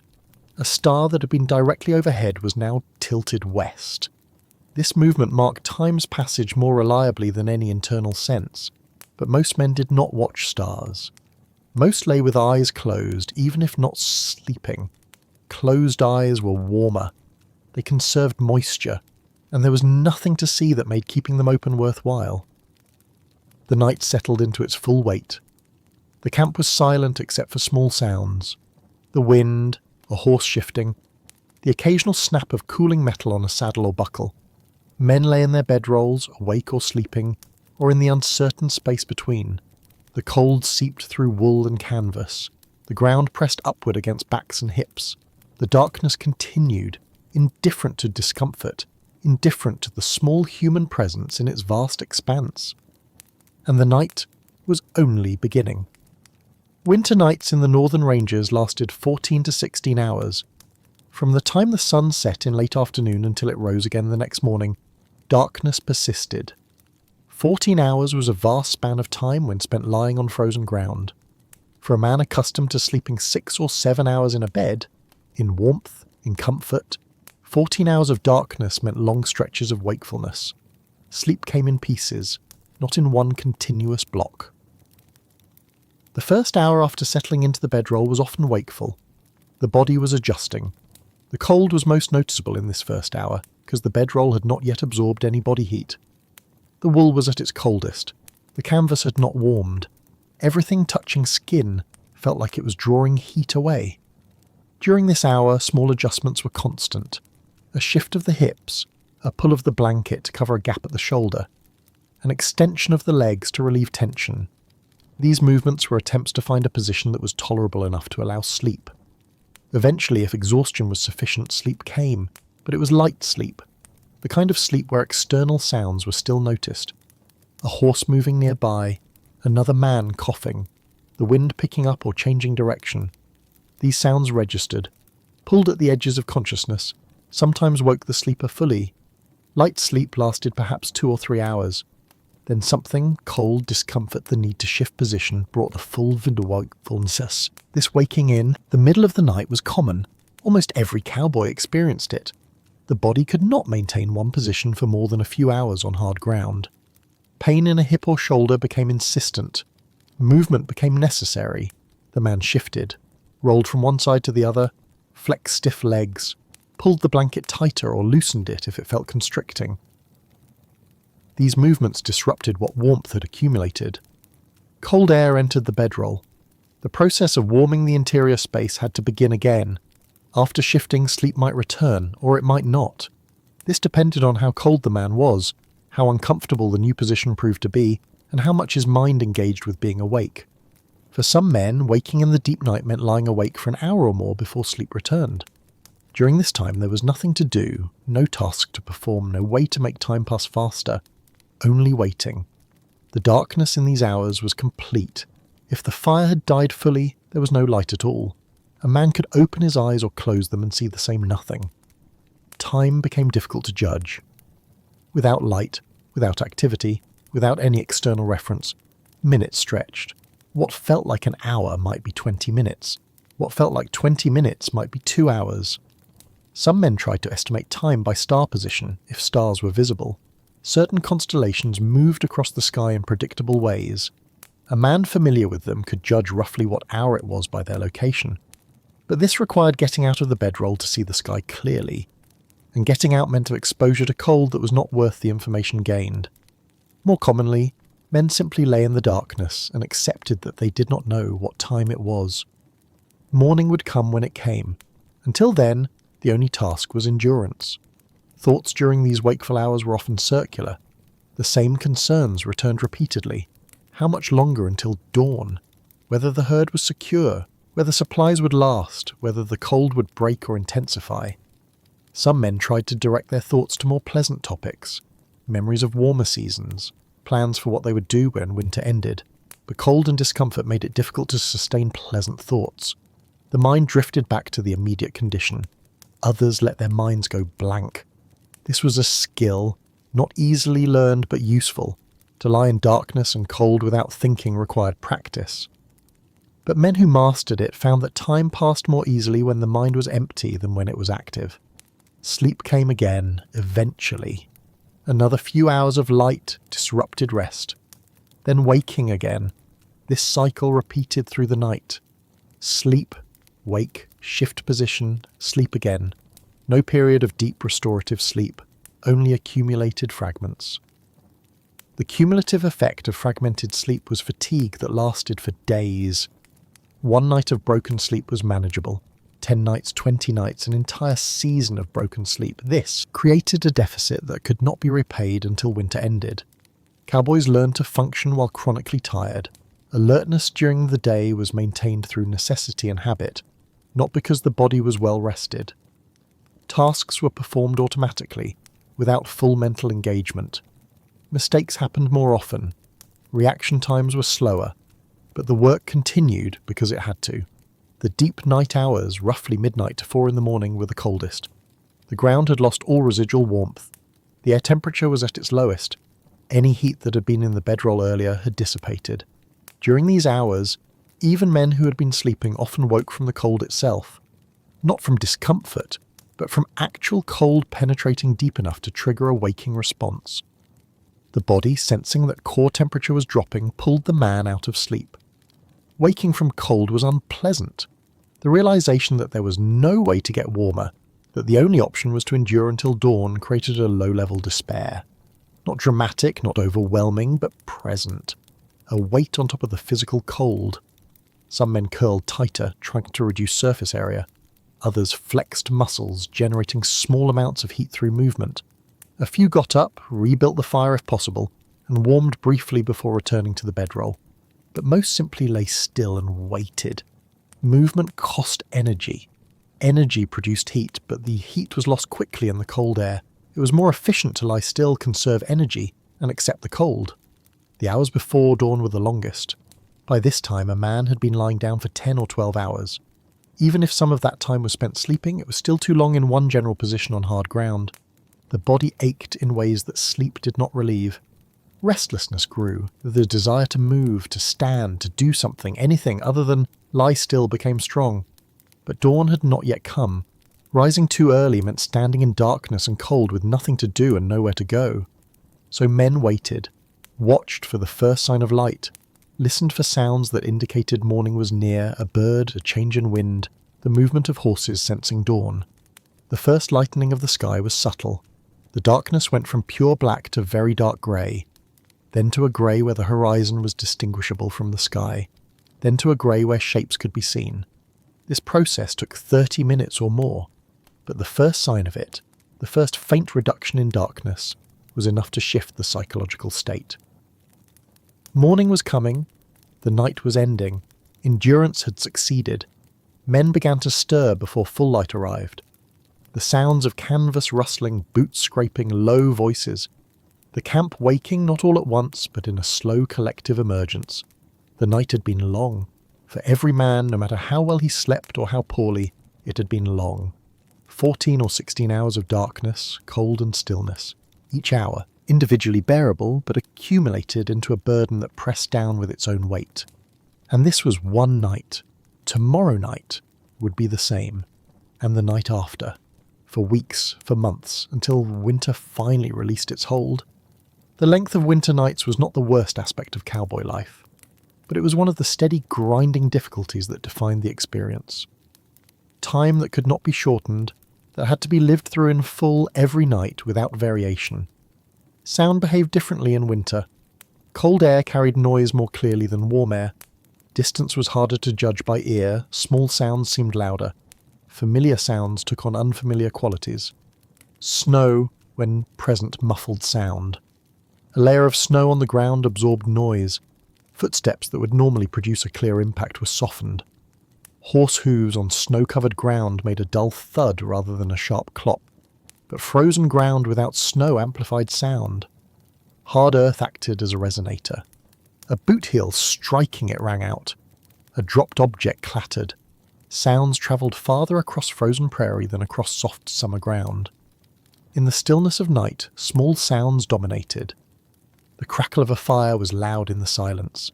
Each pop and snap of burning wood was distinct. The sound had texture, sharp snaps from small twigs, deeper pops from larger pieces, the constant low hiss of flame consuming fuel. Canvas moving in wind created its own sound. A tent flap lifting and falling made a repetitive slap. Loose canvas vibrating in steady wind produced a flutter. These sounds were constant on windy nights. They formed a background that became almost inaudible through familiarity, but they were always there. Wool did not make much sound. Blankets being pulled or adjusted produced only soft rustles, but canvas bedroll covers, when stiff from cold, crackled when moved. Each shift of position inside a bedroll created a crisp, dry sound as frozen canvas flexed. Horses were the largest source of night sound. A horse pulling at hobbles made a rhythmic scraping as it tried to take full strides against the leather restraints. A horse on a picket line walking to the end of its rope created the sound of rope tightening. Then the clop of hooves as the horse walked back. Horses chewed constantly when grazing. The grinding sound of large teeth working on grass carried clearly in still air. It was a steady mechanical sound, oddly comforting in its normalcy. A horse snorting, clearing its nostrils, was a sharp, explosive sound. It often came without warning and was startling enough to wake a man from light sleep.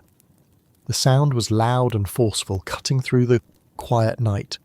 Horse hooves on frozen ground made different sounds depending on how the horse moved. A walk was a steady rhythm, 4 beats evenly spaced.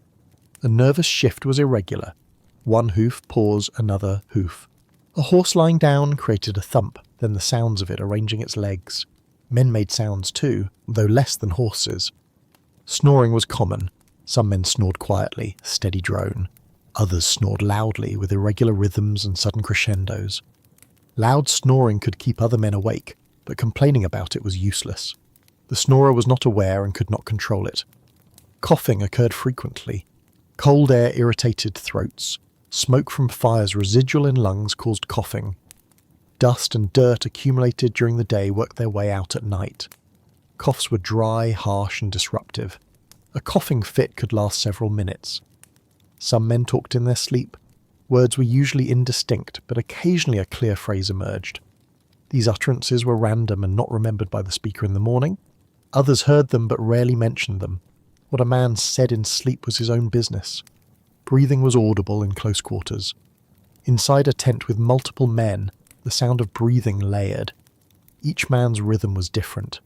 The combined sound was a complex pattern of inhalations and exhalations that rose and fell without ever synchronizing. Wind was the most variable sound. On calm nights, there was no wind sound at all. The air was still. Silence was nearly complete except for occasional small noises from horses or fire. On windy nights, sound was constant. Wind moving across open prairie created a rushing noise that never stopped. It rose and fell in volume as gusts came and went, but the baseline rush was always present. Wind found obstacles and created specific sounds. Canvas vibrated, ropes hummed, bare branches, if any were nearby, clicked against each other. Grass, even dry winter grass, made a hissing sound when wind moved through it. Wind direction could be judged by sound before it was felt. A man lying in a tent heard wind approaching from a distance, the sound growing louder as the gust moved across the prairie toward camp. Then the tent shuddered as a wind hit it. Then the sound receded as the gust passed. Ice made sounds. Water in a creek, freezing or partially frozen, cracked and groaned. These sounds came at irregular intervals, sometimes loud enough to be heard from camp if the creek was close. The sound was unsettling, organic, as if something alive was moving. Snow falling made almost no sound. Silent snow was eerie. A man could wake in the morning to find several inches of new snow that had fallen in complete silence during the night. But snow sliding off canvas or branches made sound. A sudden rush and thump as accumulated weight gave way. This sound could startle because it was both sudden and close. Metal objects contracting in cold made a small ticking sounds. Buckles, bits, the metal parts of saddles, these ticked as they cooled further in the deep night. The sounds were faint but noticeable in the silence. Morning brought the first new sounds. Birds, if any were present in winter, began calls before dawn. These were not the complex songs of spring, but simple repetitive calls. Crows were common in calm areas, their harsh caws cutting through the pre-dawn quiet. Horses became more active near dawn. They sensed the approaching change in light. Movement increased. More sounds of hooves, more snorting, more shifting of position. Men began to stir. The sounds of waking were quiet at first. A cleared throat, the rustle of a blanket being pushed aside, a low cough. These sounds accumulated as more men woke, building toward the more active sounds of morning, boots being pulled on, gear being moved, the fire being rebuilt. But in the deep night, sound was minimal. The world contracted to a small set of noises, repeating. Fire, wind, horses, canvas, breathing. These formed the auditory landscape of winter darkness. For a man lying awake, these sounds became the focus of attention. There was nothing to see, so hearing dominated. Each sound was identified, categorized, dismissed as normal, or noted as unusual. An unusual sound brought alertness. A horse's distress noise. A sound that might indicate cattle moving. A sound that did not fit the pattern. These required attention, possibly action. But most sounds were routine. They were the sounds of a camp at night, repeated every night, familiar to the point of being almost unnoticed. They formed the texture of darkness, proof that the world continued even when it could not be seen. In frozen air, sound was one of the few reliable senses. Touch reported cold and hardness, sight reported nothing. Smell was muted by cold, but sound continued, carrying information, marking time, filling the silence with evidence of life and persistence. On trail drives and in vulnerable camps, men did not sleep through the night uninterrupted. Watch rotation was standard practice. Someone was always awake, alert, responsible for the safety of the herd and the camp. A watch typically lasted 2 to 3 hours. This was short enough that a man could stay reasonably alert, but long enough that the entire night did not require too many rotations. With 4 men in camp, each man would stand watch once. With 6 men, watches were shorter or some men were spared. The rotation was determined by the trail boss or by agreement among the crew. The purpose of watch was primarily to monitor cattle. On a trail drive, several hundred or several thousand cattle were held in a loose grouping overnight. They could scatter if something startled them, a predator, a sudden noise, even a particularly vivid nightmare experienced by one nervous steer that then transmitted panic to the herd. A man on watch circled the herd slowly. He moved on horseback, staying on the perimeter, keeping the cattle within sight. The movement was slow and steady. The goal was presence, not urgency. Cattle that saw and heard a rider moving calmly were less likely to spook than cattle left alone in darkness. The watch rider sometimes sang or hummed, not for entertainment, but to provide steady sound. Cattle were calmed by the consistent noise. It told them where the human was. It reduced the chance of the rider startling them by appearing suddenly from darkness. The songs were simple, repetitive, often just fragments of melody repeated over and over. The specific tune did not matter. The steadiness mattered. In camps without cattle, line camps, temporary camps during roundup, watch was less structured but still necessary. A man stayed awake to tend the fire, to listen for approaching horses or people, to ensure that nothing went wrong while others slept. Being woken for watch was abrupt. The man whose watch was ending approached the man whose watch was beginning and spoke his name, usually quietly but firmly. "Smith, your watch." The waking man emerged from whatever depth of sleep he had reached.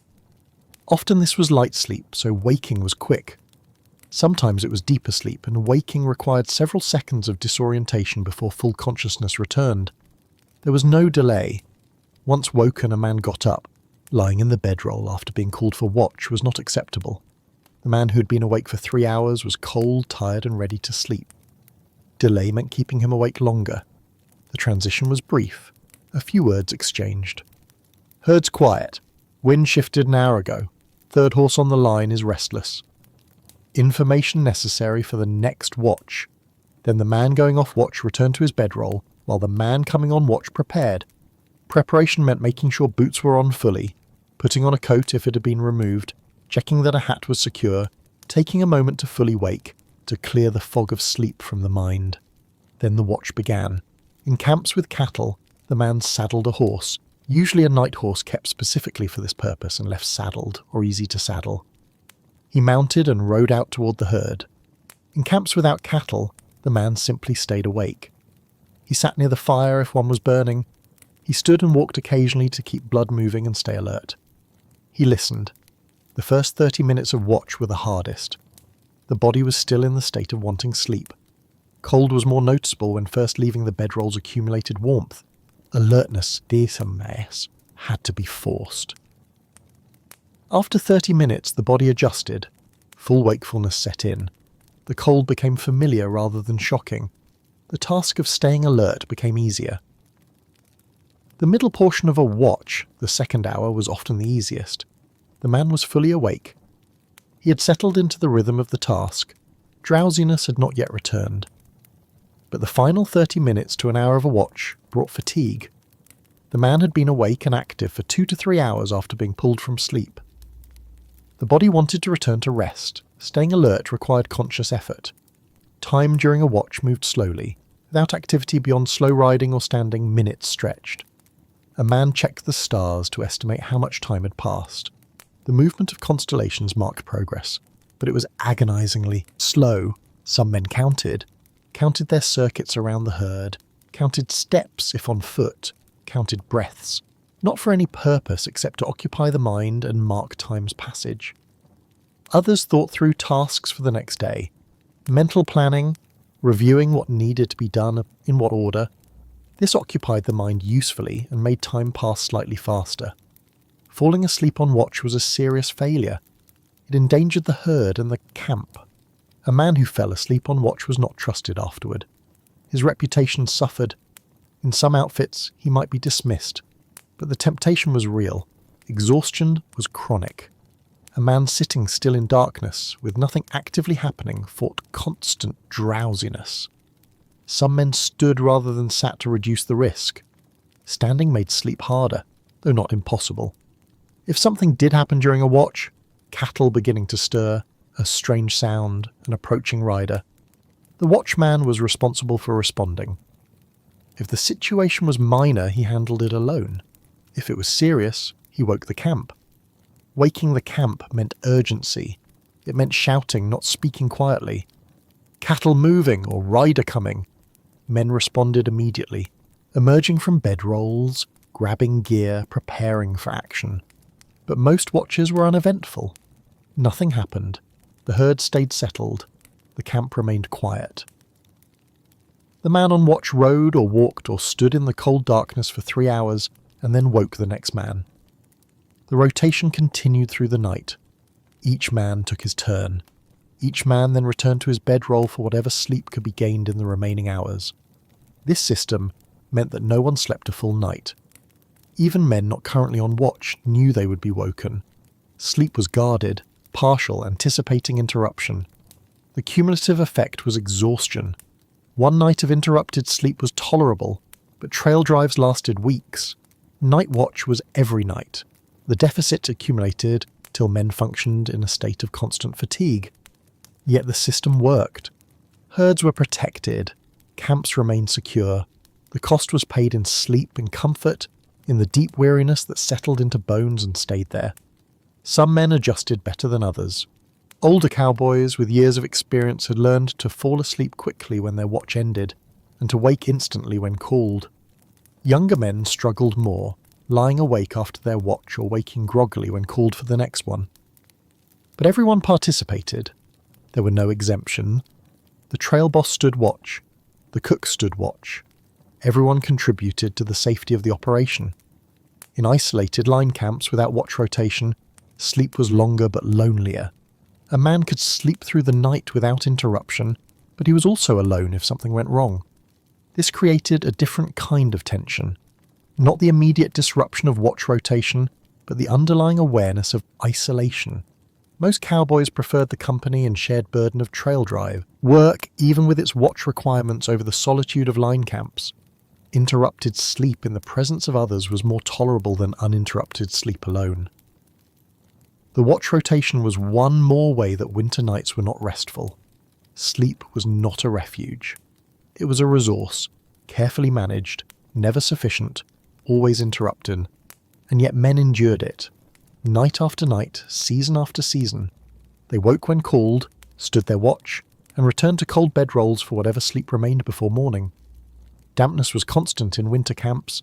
It came from multiple sources and was nearly impossible to eliminate. Moisture in the air was the primary source. Cold air held less moisture than warm air, but it still held some. When this moist air contacted cold surfaces, canvas, wool, metal, the moisture condensed into water droplets. Inside a tent, condensation formed on the canvas. The interior of the tent was slightly warmer than the outside, warmed by the body heat from the men inside. When warm, moist air from breathing rose and touched the cold canvas above, water condensed. By morning, the underside of the tent was wet with a thin layer of moisture. This condensation dripped. When the tent was moved or when wind shook the canvas, drops fell onto the bedrolls below. Sometimes the dripping was light, a few drops here and there. Other times it was steady, creating wet spots on wool blankets. Men learned to position themselves away from the areas where condensation was worst. The highest point of the tent, directly under the centre pole, was where most moisture collected. Sleeping with the head away from this point reduced exposure to dripping. But in a crowded tent, positioning was limited. Not everyone could avoid the wet spots. Someone ended up in the worst position, and that person's blankets absorbed more moisture. Canvas tarps used as ground cloths also collected moisture. Even when the ground was frozen, some moisture was present. Ice on the ground surface would melt slightly from pressure and body heat, creating a thin film of water between canvas and ice. This water was absorbed by the canvas and then transferred to the wool above it. Wool blankets themselves generated moisture. A man's body released water vapour continuously through breathing and through skin. This vapour was trapped inside the bedroll. Some escaped through gaps in the canvas, but much of it was absorbed by the wool. Over the course of a night, a wool blanket absorbed this vapour. By morning, blankets that had been relatively dry the evening before were noticeably damp.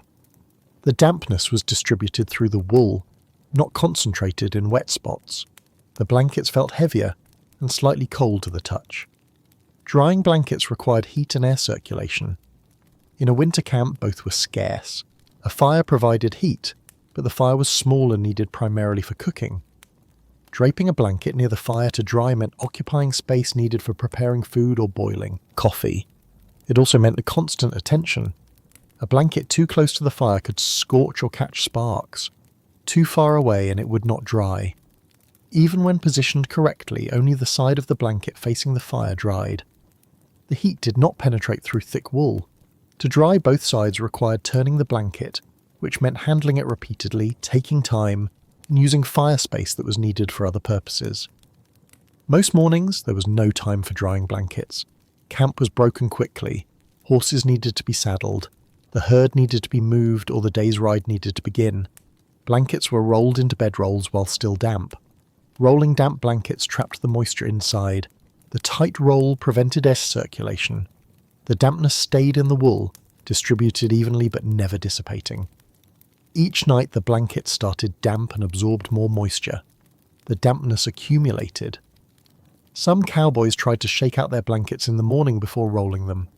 This dislodged frost or surface water but did not address moisture deep in the wool fibres. The blankets still rolled up damp. Hanging blankets on a rope or fence to air out required time and a place to hang them. In a temporary camp there was no fence. A rope could be strung between 2 points, but this required finding suitable anchor points and having rope to spare. As mornings, this was not practical. In line camps or more permanent setups, blankets could be hung on walls inside a cabin or on a porch. Air circulation was better indoors than packed in a bedroll. Over several days, blankets hung inside would gradually dry, but this required staying in one place long enough for drying to occur. On trail drives or moving camps, blankets never fully dried. They remained in a state of chronic dampness from the first cold night until the drive ended or the season changed. Living with damp wool required acceptance. The blankets would not be dry, they would be heavier than they should be. They would feel cold initially when wrapped around the body. These conditions were normal, not exceptional. The body's heat was used to manage the dampness. When a damp blanket was wrapped around a person, body heat gradually warmed the moisture.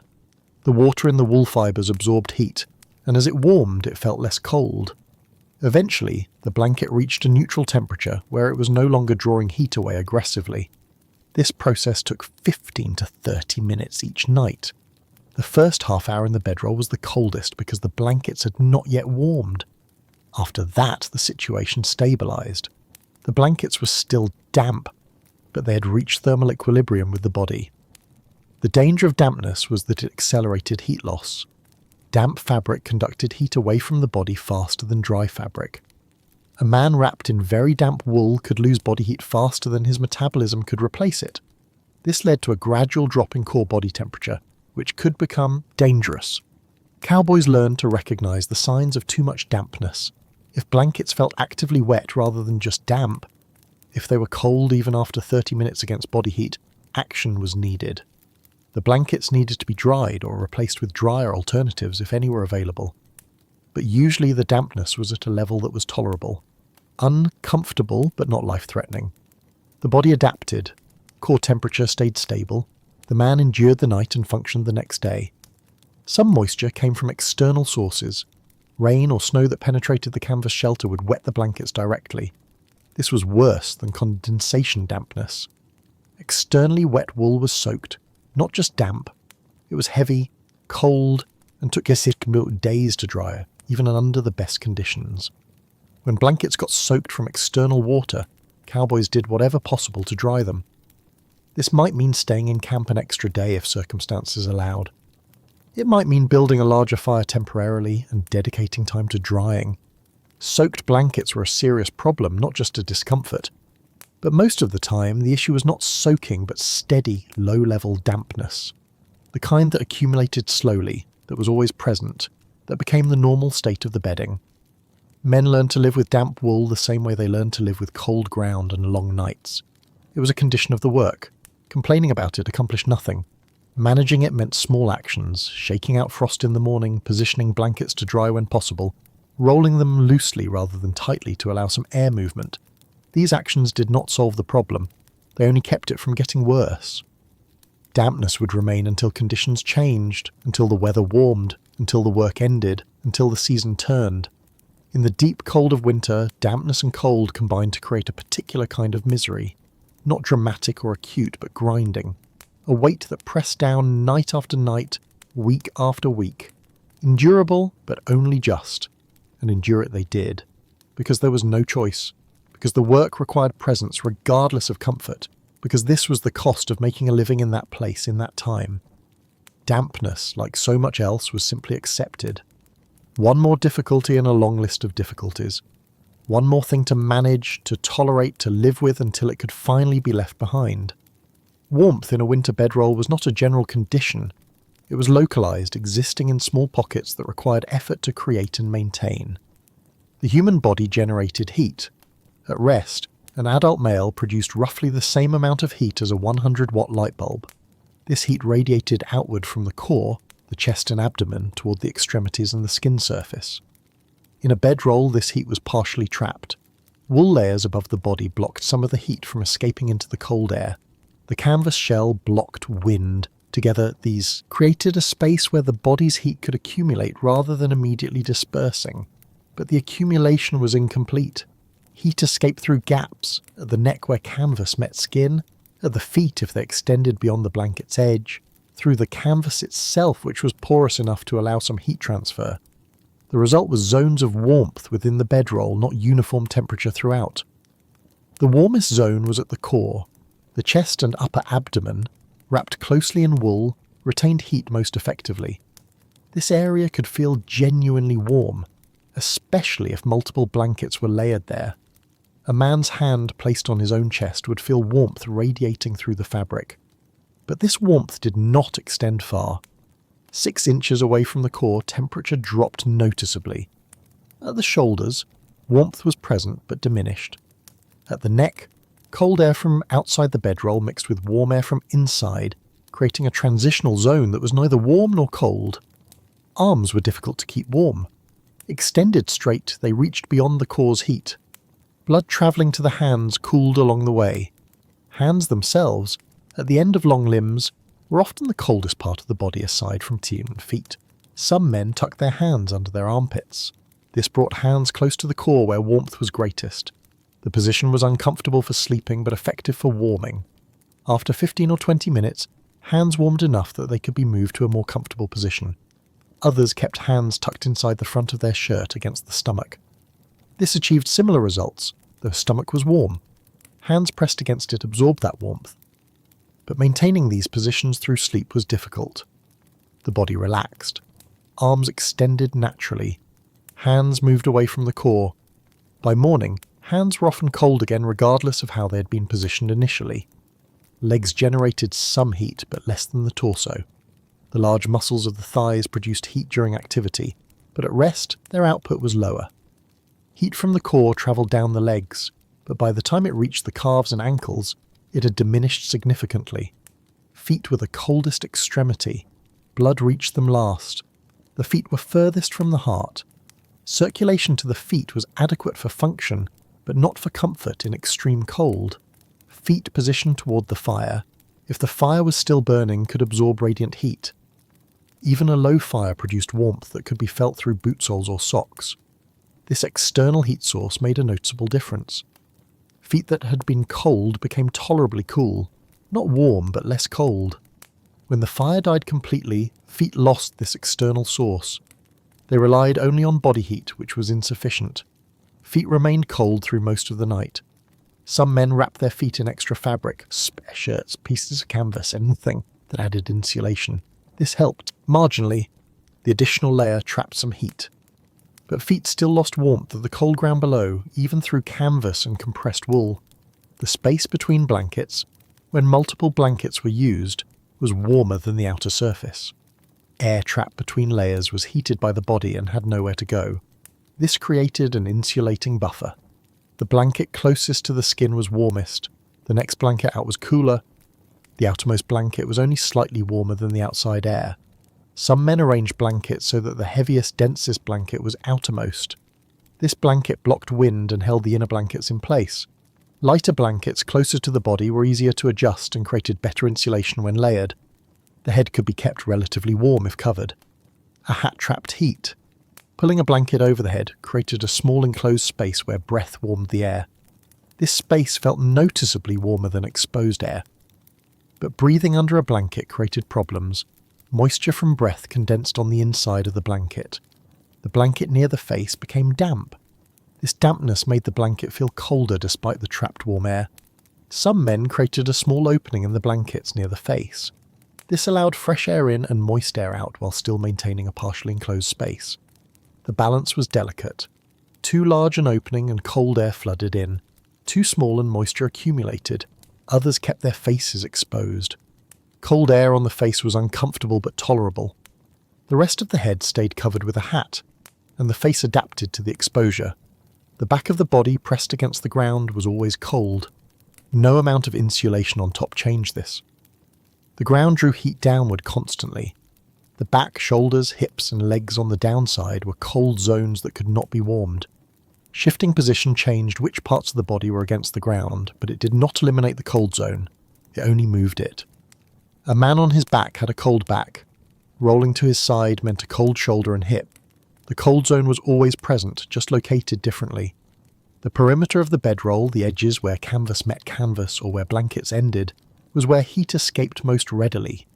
These were the gaps in the system. Cold air infiltrated. Warm air leaked out. Managing these gaps meant constant small adjustments, pulling the canvas tighter around the shoulders, tucking the blanket edge under the body to seal a gap at the hip. These adjustments created temporary improvements. The gaps sealed, heat stayed in, the zone of warmth expanded slightly. But movement during sleep undid these adjustments. A shift of position opened new gaps. Cold air entered. The work of sealing had to be done again. Some men used their gear to block gaps. A saddle positioned at the head of the bedroll blocked wind from that direction. A pile of canvas or spare clothing placed along one side created a barrier. These external blocks did not add warmth, but they reduced heat loss. Creating warmth was not possible. The body generated only so much heat. No action could increase that generation. All efforts were about conservation, keeping the heat that existed from escaping too quickly. This meant that true warmth was rare. A man might feel warm at his core for a brief time in the evening, immediately after settling into the bedroll and before the cold had fully penetrated. But this warmth faded as the night progressed.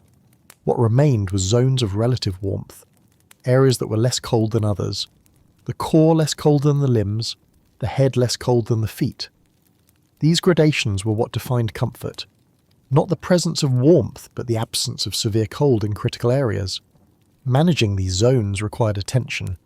A man lying still conserved more heat than one moving frequently. But lying completely still for hours was difficult. The compromise was minimal movement, small shifts to relieve pressure points, adjustments to seal gaps, but not large movements that disrupted the entire thermal balance. Over the course of a winter, men learned their own thermal geography. They learned which positions conserved heat best, which blanket arrangements worked, how to tuck arms and legs to minimize exposure. This knowledge was personal and practical, gained through repetition and cold nights. The knowledge did not create comfort. It only made discomfort more manageable. The zones of warmth remained small and fragile, but they were enough to allow sleep, and sleep was enough to allow function the next day. And that was the measure that mattered. Not comfort, not warmth, but survival. The small zones of relative warmth carefully maintained through the night kept core temperature stable. They prevented the cold from penetrating so deeply that it caused harm. They were small victories in a long, cold struggle, but victories nonetheless. Not all cowboys spent winter nights in the company of others. Some worked line camps, remote stations where one or two men stayed for weeks at a time, checking cattle and maintaining fences across vast sections of ranch land. A line camp was minimal, usually a small cabin, though sometimes just a tent or a dugout carved into a hillside. The structure provided basic shelter, 4 walls, a roof, perhaps a door. Often there was a small stove, sometimes only a fire pit. The cabin might measure 10 feet by 12 feet. 1 room, 1 window if any. A bunk or a platform for bedding. A table and chair if the previous occupant had built them. More often just the bare structure. 1 man or 2 men stayed in this camp through winter. Their job was to ride out each day, covering assigned territory, looking for cattle that were sick, injured, or trapped in difficult terrain. They checked fence lines for breaks. They tracked predators. They reported conditions back to the main ranch periodically. The isolation was profound. The nearest other human might be 20 or 30 miles away. Travel to the main ranch required a full day's ride, sometimes longer. In bad weather, travel was impossible. A man in a line camp woke alone. He prepared his own food alone. He rode all day, seeing no one. He returned to the cabin alone. He ate alone. He slept alone. This pattern continued day after day. The silence was different from the silence of a shared camp. In a trail drive camp, even when men were not talking, there were sounds of human presence. Someone shifting position, a cough, breathing. These sounds confirmed that other people existed nearby. In a line camp, there were no human sounds except those the man made himself.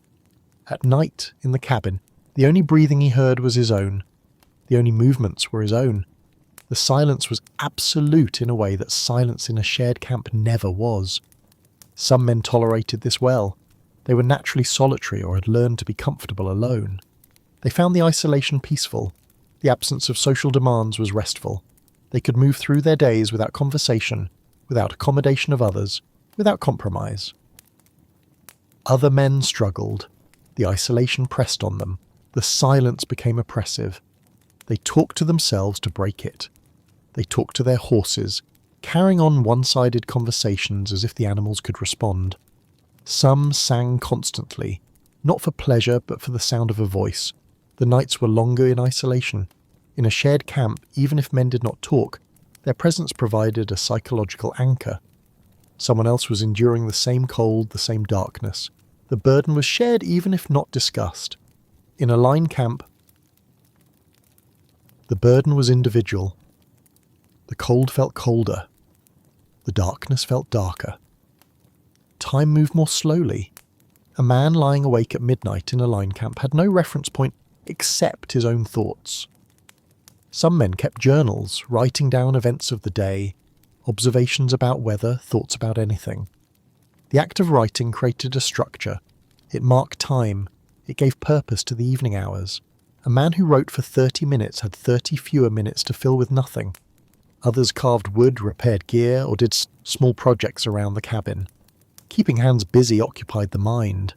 An evening spent mending a bridle or carving a new peg was an evening that passed. But when these tasks were done, when there was nothing left to occupy attention, the isolation remained. A man sat in a small cabin, lit by a single candle or lamp, listening to wind outside and his own breathing inside. Sleep in a line camp was different from sleep in a shared camp. There was no watch rotation, no one to wake him, no need to stay alert for others. A man could sleep as long as darkness lasted if exhaustion allowed. But the isolation affected sleep. Some men slept poorly because the silence was too complete. Every small sound, the cabin settling, wind against walls, a branch scraping the roof was noticeable and potentially alarming. Without other people to provide context and reassurance, small sounds became magnified. Others slept heavily. The exhaustion from long days of riding combined with the monotony of isolation created deep fatigue. These men fell asleep quickly and slept through the night, waking only when morning light entered the cabin. The cabin itself provided better shelter than a tent. Walls blocked wind more effectively than canvas. A stove, if present, could be kept burning through the night, providing sustained heat. A man in a line camp cabin was warmer than a man in a tent on a trail drive. But this physical comfort did not compensate for psychological isolation. Cold could be endured. Loneliness was harder. A line camp rotation typically lasted 4 to 6 weeks. A rider was assigned to the camp, stayed for that duration, then was relieved by another rider. The man coming off line camp duty rode back to the main ranch, rejoined the company of others, and eventually was sent out again. The transition from isolation to company was abrupt. After weeks of silence and solitude, returning to a ranch with other people, with conversation, with social complexity, was overwhelming. Some men needed days to readjust. They were quiet, withdrawn, not because they wanted to be alone, but because their capacity for social interaction had atrophied during isolation. The transition back to isolation was also difficult. Leaving the ranch, riding out to a line camp, knowing that weeks of solitude lay ahead, required mental preparation. Some men delayed departure, finding small tasks that needed completion before they left. Others left quickly, preferring to face the isolation rather than anticipate it. In the line camp cabin at night, a man had time to think, too much time. Thoughts circled, memories surfaced. Plans were made and revised and made again. The mind, without external input, turned inward. Some thoughts were productive. A man might work through problems, make decisions, gain clarity on things that had been uncertain. The isolation provided space for this kind of reflection. Other thoughts were not productive. Worries amplified. Small concerns became large. The absence of conversation meant no external perspective to counter internal anxiety. A man could spiral into dark thoughts with no one to pull him out. Letters were important when possible. If a line camp was accessible enough for periodic supply runs, man could send and receive letters. A letter from family, from a friend, from anyone, was a connection to the world beyond the camp. It was proof that other people existed and remembered him. Reading a letter occupied time. Writing a response occupied more time. The anticipation of the next letter provided something to look forward to. These small pieces of paper were disproportionately valuable. But many line camps were too remote for regular mail. Supplies were delivered infrequently, once a month, sometimes less. No mail came. Between supply runs, the isolation was complete. Some men counted days. Marks on a wall or in a journal, one for each day. Counting down to the end of the rotation. This gave structure and a sense of progress, but it also meant constant awareness of how much time remained. Some men found this helpful. Others found it made time pass more slowly. Weather affected isolation. On clear days, a man could ride, could move, could see distance. The sky was open. The landscape extended to the horizon. This created a sense of space that counteracted the confinement of the cabin. On stormy days, a man was trapped. Snow or rain made riding dangerous or impossible. He stayed in the cabin, sometimes for days. The walls closed in, the small space became smaller. This was when isolation was hardest. A few men broke under isolation. They left the line camp before their rotation ended, rode back to the ranch and quit. This was considered a failure, but it happened. The isolation was too much. The silence, the cold, the nights alone, it exceeded what they could bear. Most men endured. They completed their rotations, returned, and eventually went back out again. They learned to manage the isolation. They developed routines, mental strategies, ways of structuring time. They accepted that this was part of the work. But acceptance did not mean ease. Even men who endured many winters in line camps admitted that the nights were hard, that the solitude pressed on them, that returning to the cabin each evening knowing no one would be there never became fully comfortable. Line camp isolation was a different kind of difficulty than the shared hardships of trail drives. It was not the cold or the discomfort. Those existed in line camps too. It was the absence of human presence during the hardest parts of the experience. A man in a shared camp suffered, but he suffered alongside others. A man in a line camp suffered alone, and suffering alone, even if the physical conditions were slightly better, was in some ways harder to bear.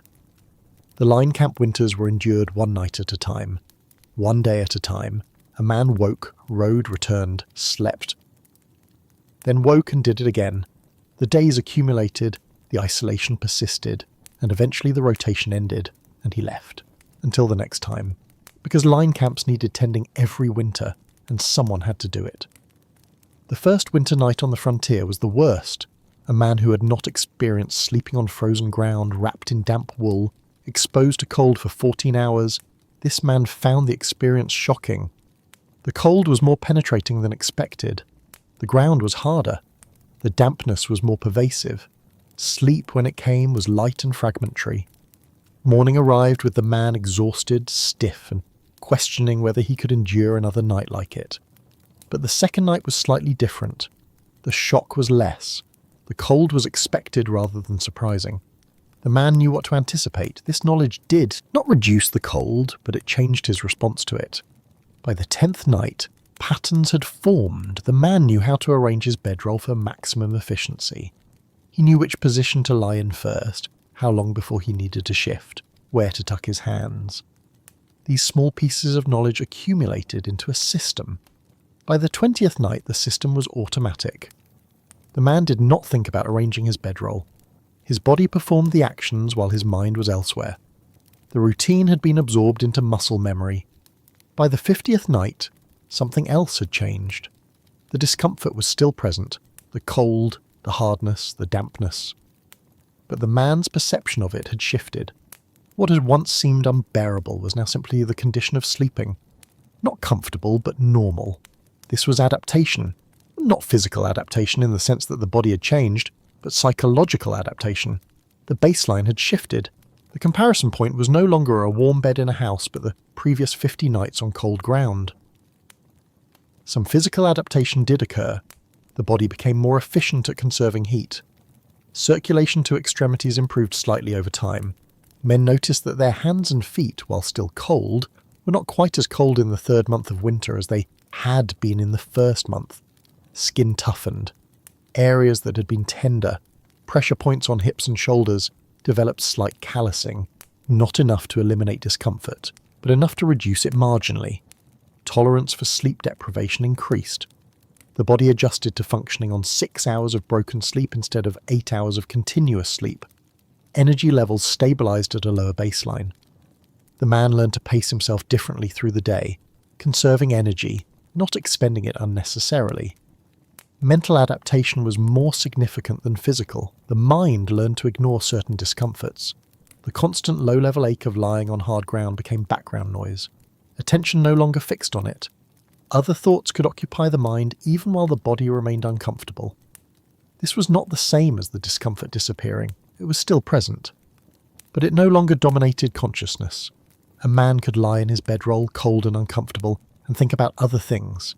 The next day's work, a memory, plans for spring.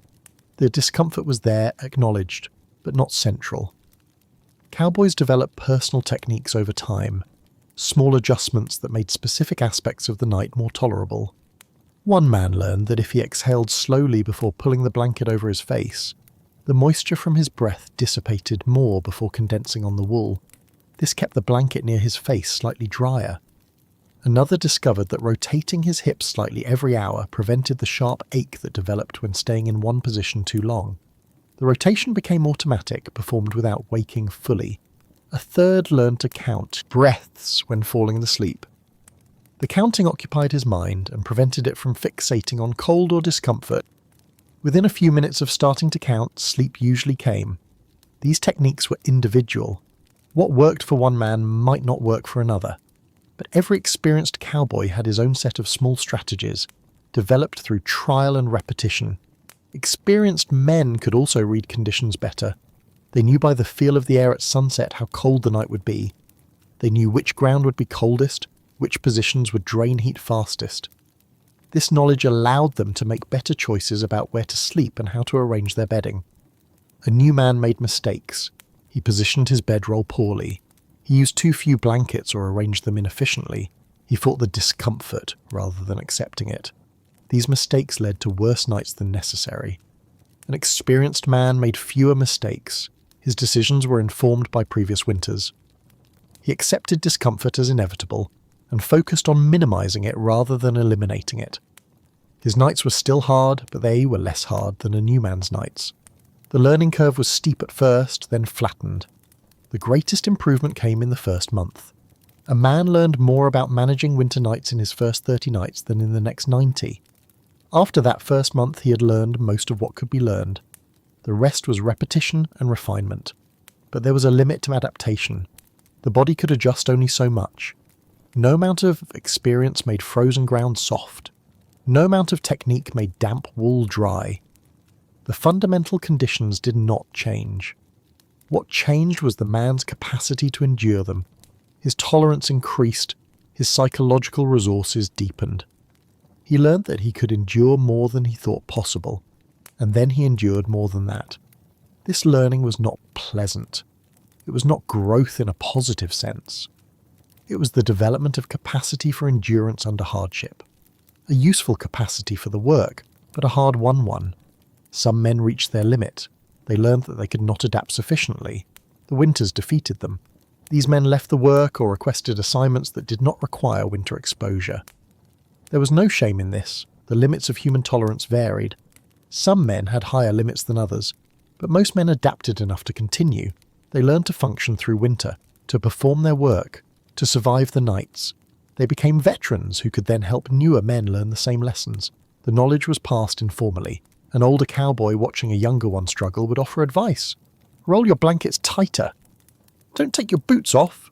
Sleep on your side, not your back. Small pieces of practical wisdom given briefly without elaboration. The younger man tried the advice. Sometimes it helped, sometimes it did not. But the accumulation of such advice combined with personal experience created the learning that allowed survival. By the end of a winter season, 3 or 4 months of cold nights, a man had changed. Not visibly, but internally. He had learned what his body and mind could endure. He had developed the capacity to continue functioning under conditions that would have broken him before. This was not a lesson he sought. It was a lesson imposed by circumstance, but it was a lesson that stayed with him. The knowledge that he could endure, that he had endured, became part of his identity, and when the next winter came, he applied that knowledge again. The first night was still hard, but it was not as hard as the first night of his first winter. He had learned, his body remembered, and he endured. The coldest hour came before dawn, sometime between 4 and 5 in the morning, when the night had lasted for 12 or 13 hours. The temperature reached its lowest point. The ground had radiated away all retained heat. The air had cooled throughout the night. No sun had warmed anything for many hours, and the sun would not rise for another hour or more. This was the depth of cold. Men who had been sleeping fitfully often woke during this hour. The cold penetrated through wool and canvas. The body, depleted after hours of maintaining core temperature, struggled to generate sufficient heat. Shivering began, involuntary muscle contractions attempting to produce warmth. Shivering was exhausting. It consumed energy without providing effective warmth. A man shivering in his bedroll was burning calories but not getting warmer. He was simply less cold than he would be without shivering. Some men pulled their blankets tighter and tried to return to sleep. This sometimes worked. The shivering would subside, sleep would return for another hour. Others gave up on sleep. They lay awake, waiting for dawn. The waiting was difficult. Time moved slowly. The cold was insistent. There was nothing to do but endure. The first sign of dawn was subtle. The darkness did not suddenly lighten. Instead, it shifted in quality. The pure black of deep night became a very dark grey. The shift was almost imperceptible, but a man who had been lying awake watching for it could detect it. This first lightening occurred perhaps 45 minutes before actual sunrise. It was not enough light to see by. Shapes remained indistinct, but it was different from the darkness that had preceded it. It was the beginning of change. As minutes passed, the grey lightened incrementally. The sky became distinguishable from the land. A tent or a tree showed as a dark mass against a slightly lighter background. Still no detail, but enough contrast to orient by. Men began to stir. The sounds of waking filled the camp. Canvas rustled. Someone coughed. Boots scraped against the ground. These sounds accumulated, each man contributing to the collective emergence from night. Leaving the bedroll required effort. The bedroll, despite all its discomforts, had accumulated some warmth over the night. The air outside was colder. Emerging meant trading known discomfort for worse cold. But remaining in the bedroll accomplished nothing. The day's work needed to begin.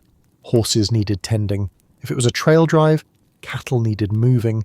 If it was a line camp, fences needed checking. Delay only made the eventual emergence harder.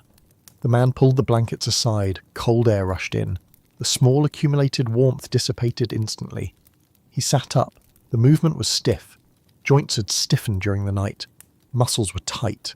The first movements were awkward and slow. Standing was the next challenge. From lying to sitting to standing, each transition required pushing through discomfort. The body resisted. It wanted to remain still, to conserve energy, to avoid the cold outside the bedroll. But the man stood. He flexed his legs. Blood flow increased. Circulation that had been minimal during the night began to improve.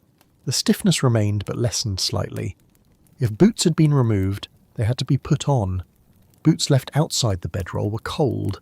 Leather was stiff. Getting cold feet into cold boots was difficult. The leather did not flex easily. Feet that were already numb from cold did not cooperate. The process took minutes of forcing, pulling, adjusting. Men who had kept their boots on avoided this struggle. They simply stood. Their feet were compressed and uncomfortable from sleeping in boots, but they were ready to move immediately. Hands were stiff. Fingers did not move fluidly. Gripping anything, a rope, a saddle strap, a coffee pot, required conscious effort. Fine motor control was reduced. Tasks that were simple in warmth were difficult in cold. The fire, if it had been maintained overnight, was coals.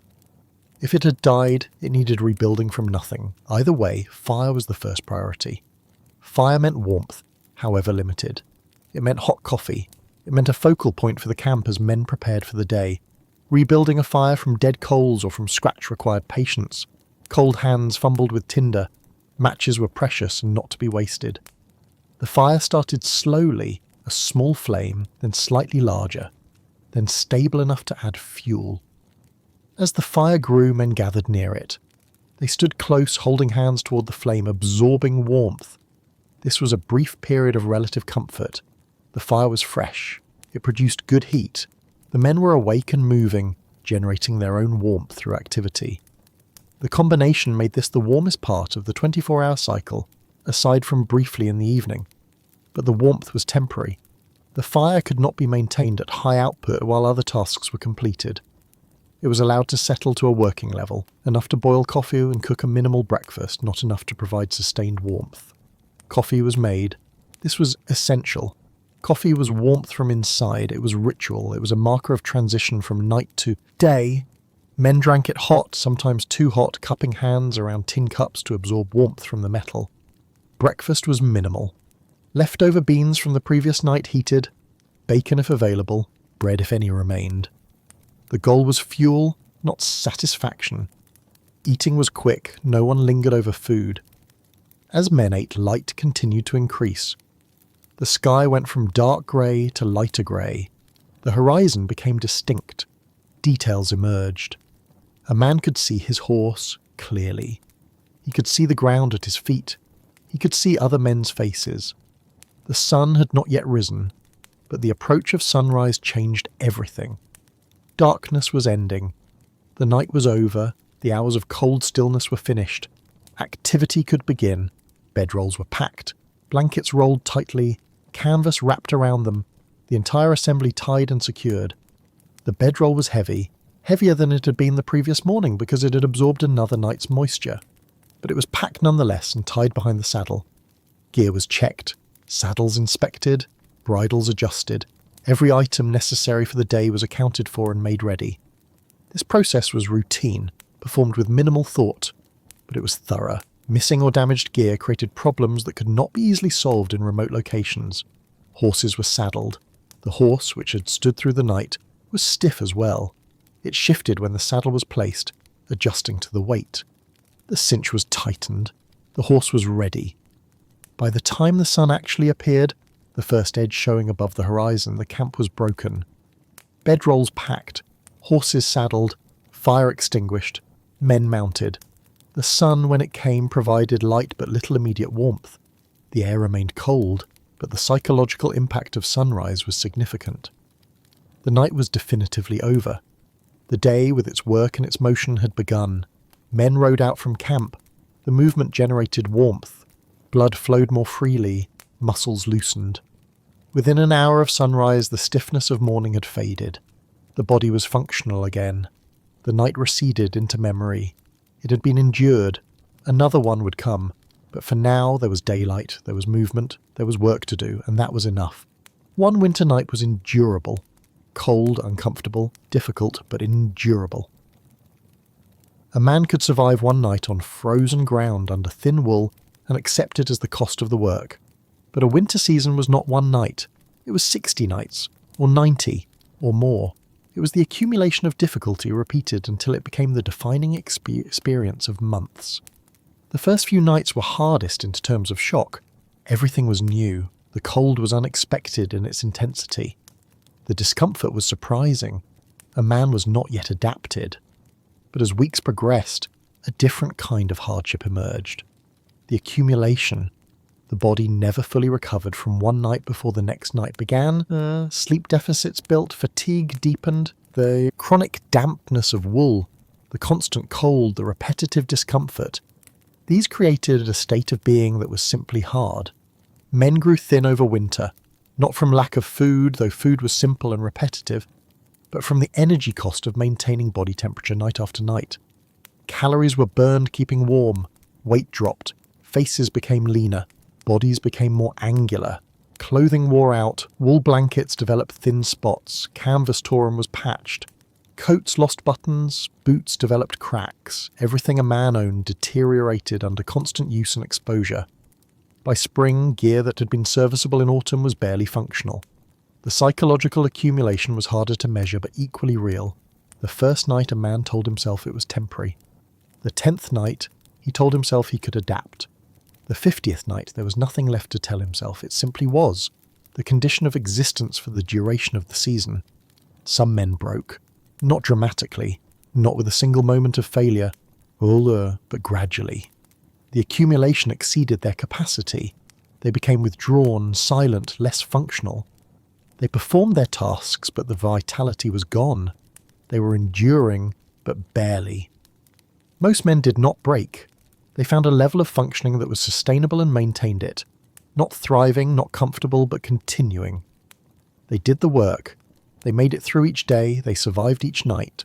The social bonds in a crew were important in this context. Shared hardship created connection.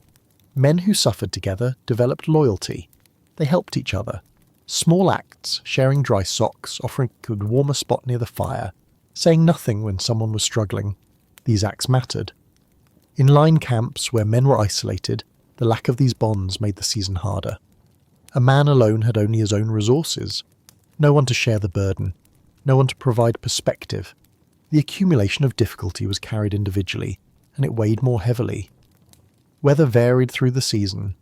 Some weeks were colder than others, some storms brought more snow or rain.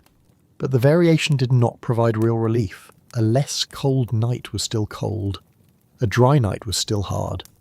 The best nights were simply less difficult than the worst nights. There was no escape. A cowboy could not decide the work was too hard and leave for a week to recover. The work was continuous. Cattle needed tending, fences needed checking, herds needed moving. The work did not pause for cold weather. It intensified during cold weather because that was when cattle were most vulnerable. So men continued, day after day, night after night. They rose in the cold, they worked through the day, they made camp in the cold, they slept in the cold, they rose again. The repetition created a kind of numbness. Not physical numbness, though that occurred too, but emotional numbness. The man stopped feeling the difficulty as acutely because feeling it was exhausting. He simply moved through the routine without emotional engagement. This numbness was protective, it allowed continuation, but it also meant a part of the man shut down. The capacity for feeling joy or satisfaction diminished along with the capacity for feeling distress. Everything flattened to a middle state of simply enduring. Spring, when it came, did not arrive suddenly. Winter released its grip slowly. Nights were cold, then less cold, then cool. Snow melted, ground thawed, daylight lengthened. The transition from winter to spring took weeks, but there came a night, somewhere in late March or early April, depending on the location, when a man realized he had slept through the night without severe cold. He had been uncomfortable, but not painfully so. His blankets were damp, but not soaked. He had slept several hours continuously without waking. That night marked the end of the winter season. Not the calendar end, but the experiential end. The worst was over. In the days after that night, recovery began. Men's bodies filled out. Energy returned. Gear was repaired or replaced. Conversations became less sparse. The flatness lifted gradually. But the winter left marks. Physical marks. Scars from injuries, damage to hands and feet from repeated cold exposure, wear on the body from months of hard sleeping, and psychological marks.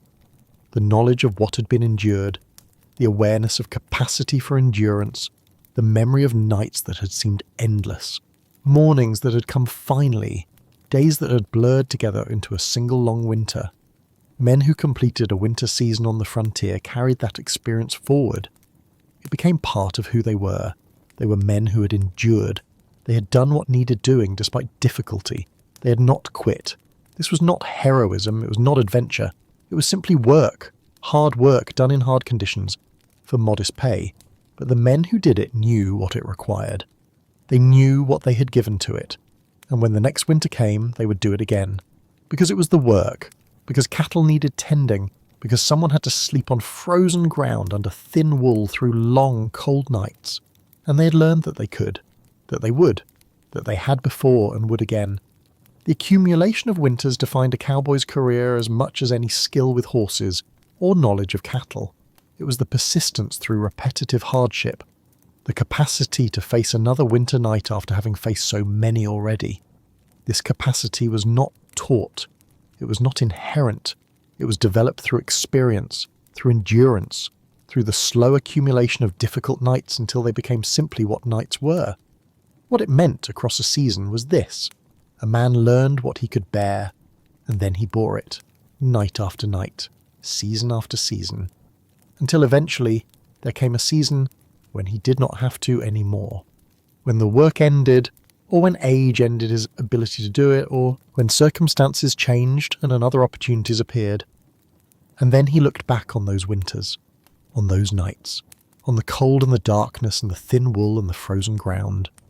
And he remembered, not with pleasure, but with the knowledge of having survived, of having continued when continuing was difficult. That was what it meant. Across a season, across a life, that endurance, that continuation, that simple, hard-won persistence through cold nights on the frontier.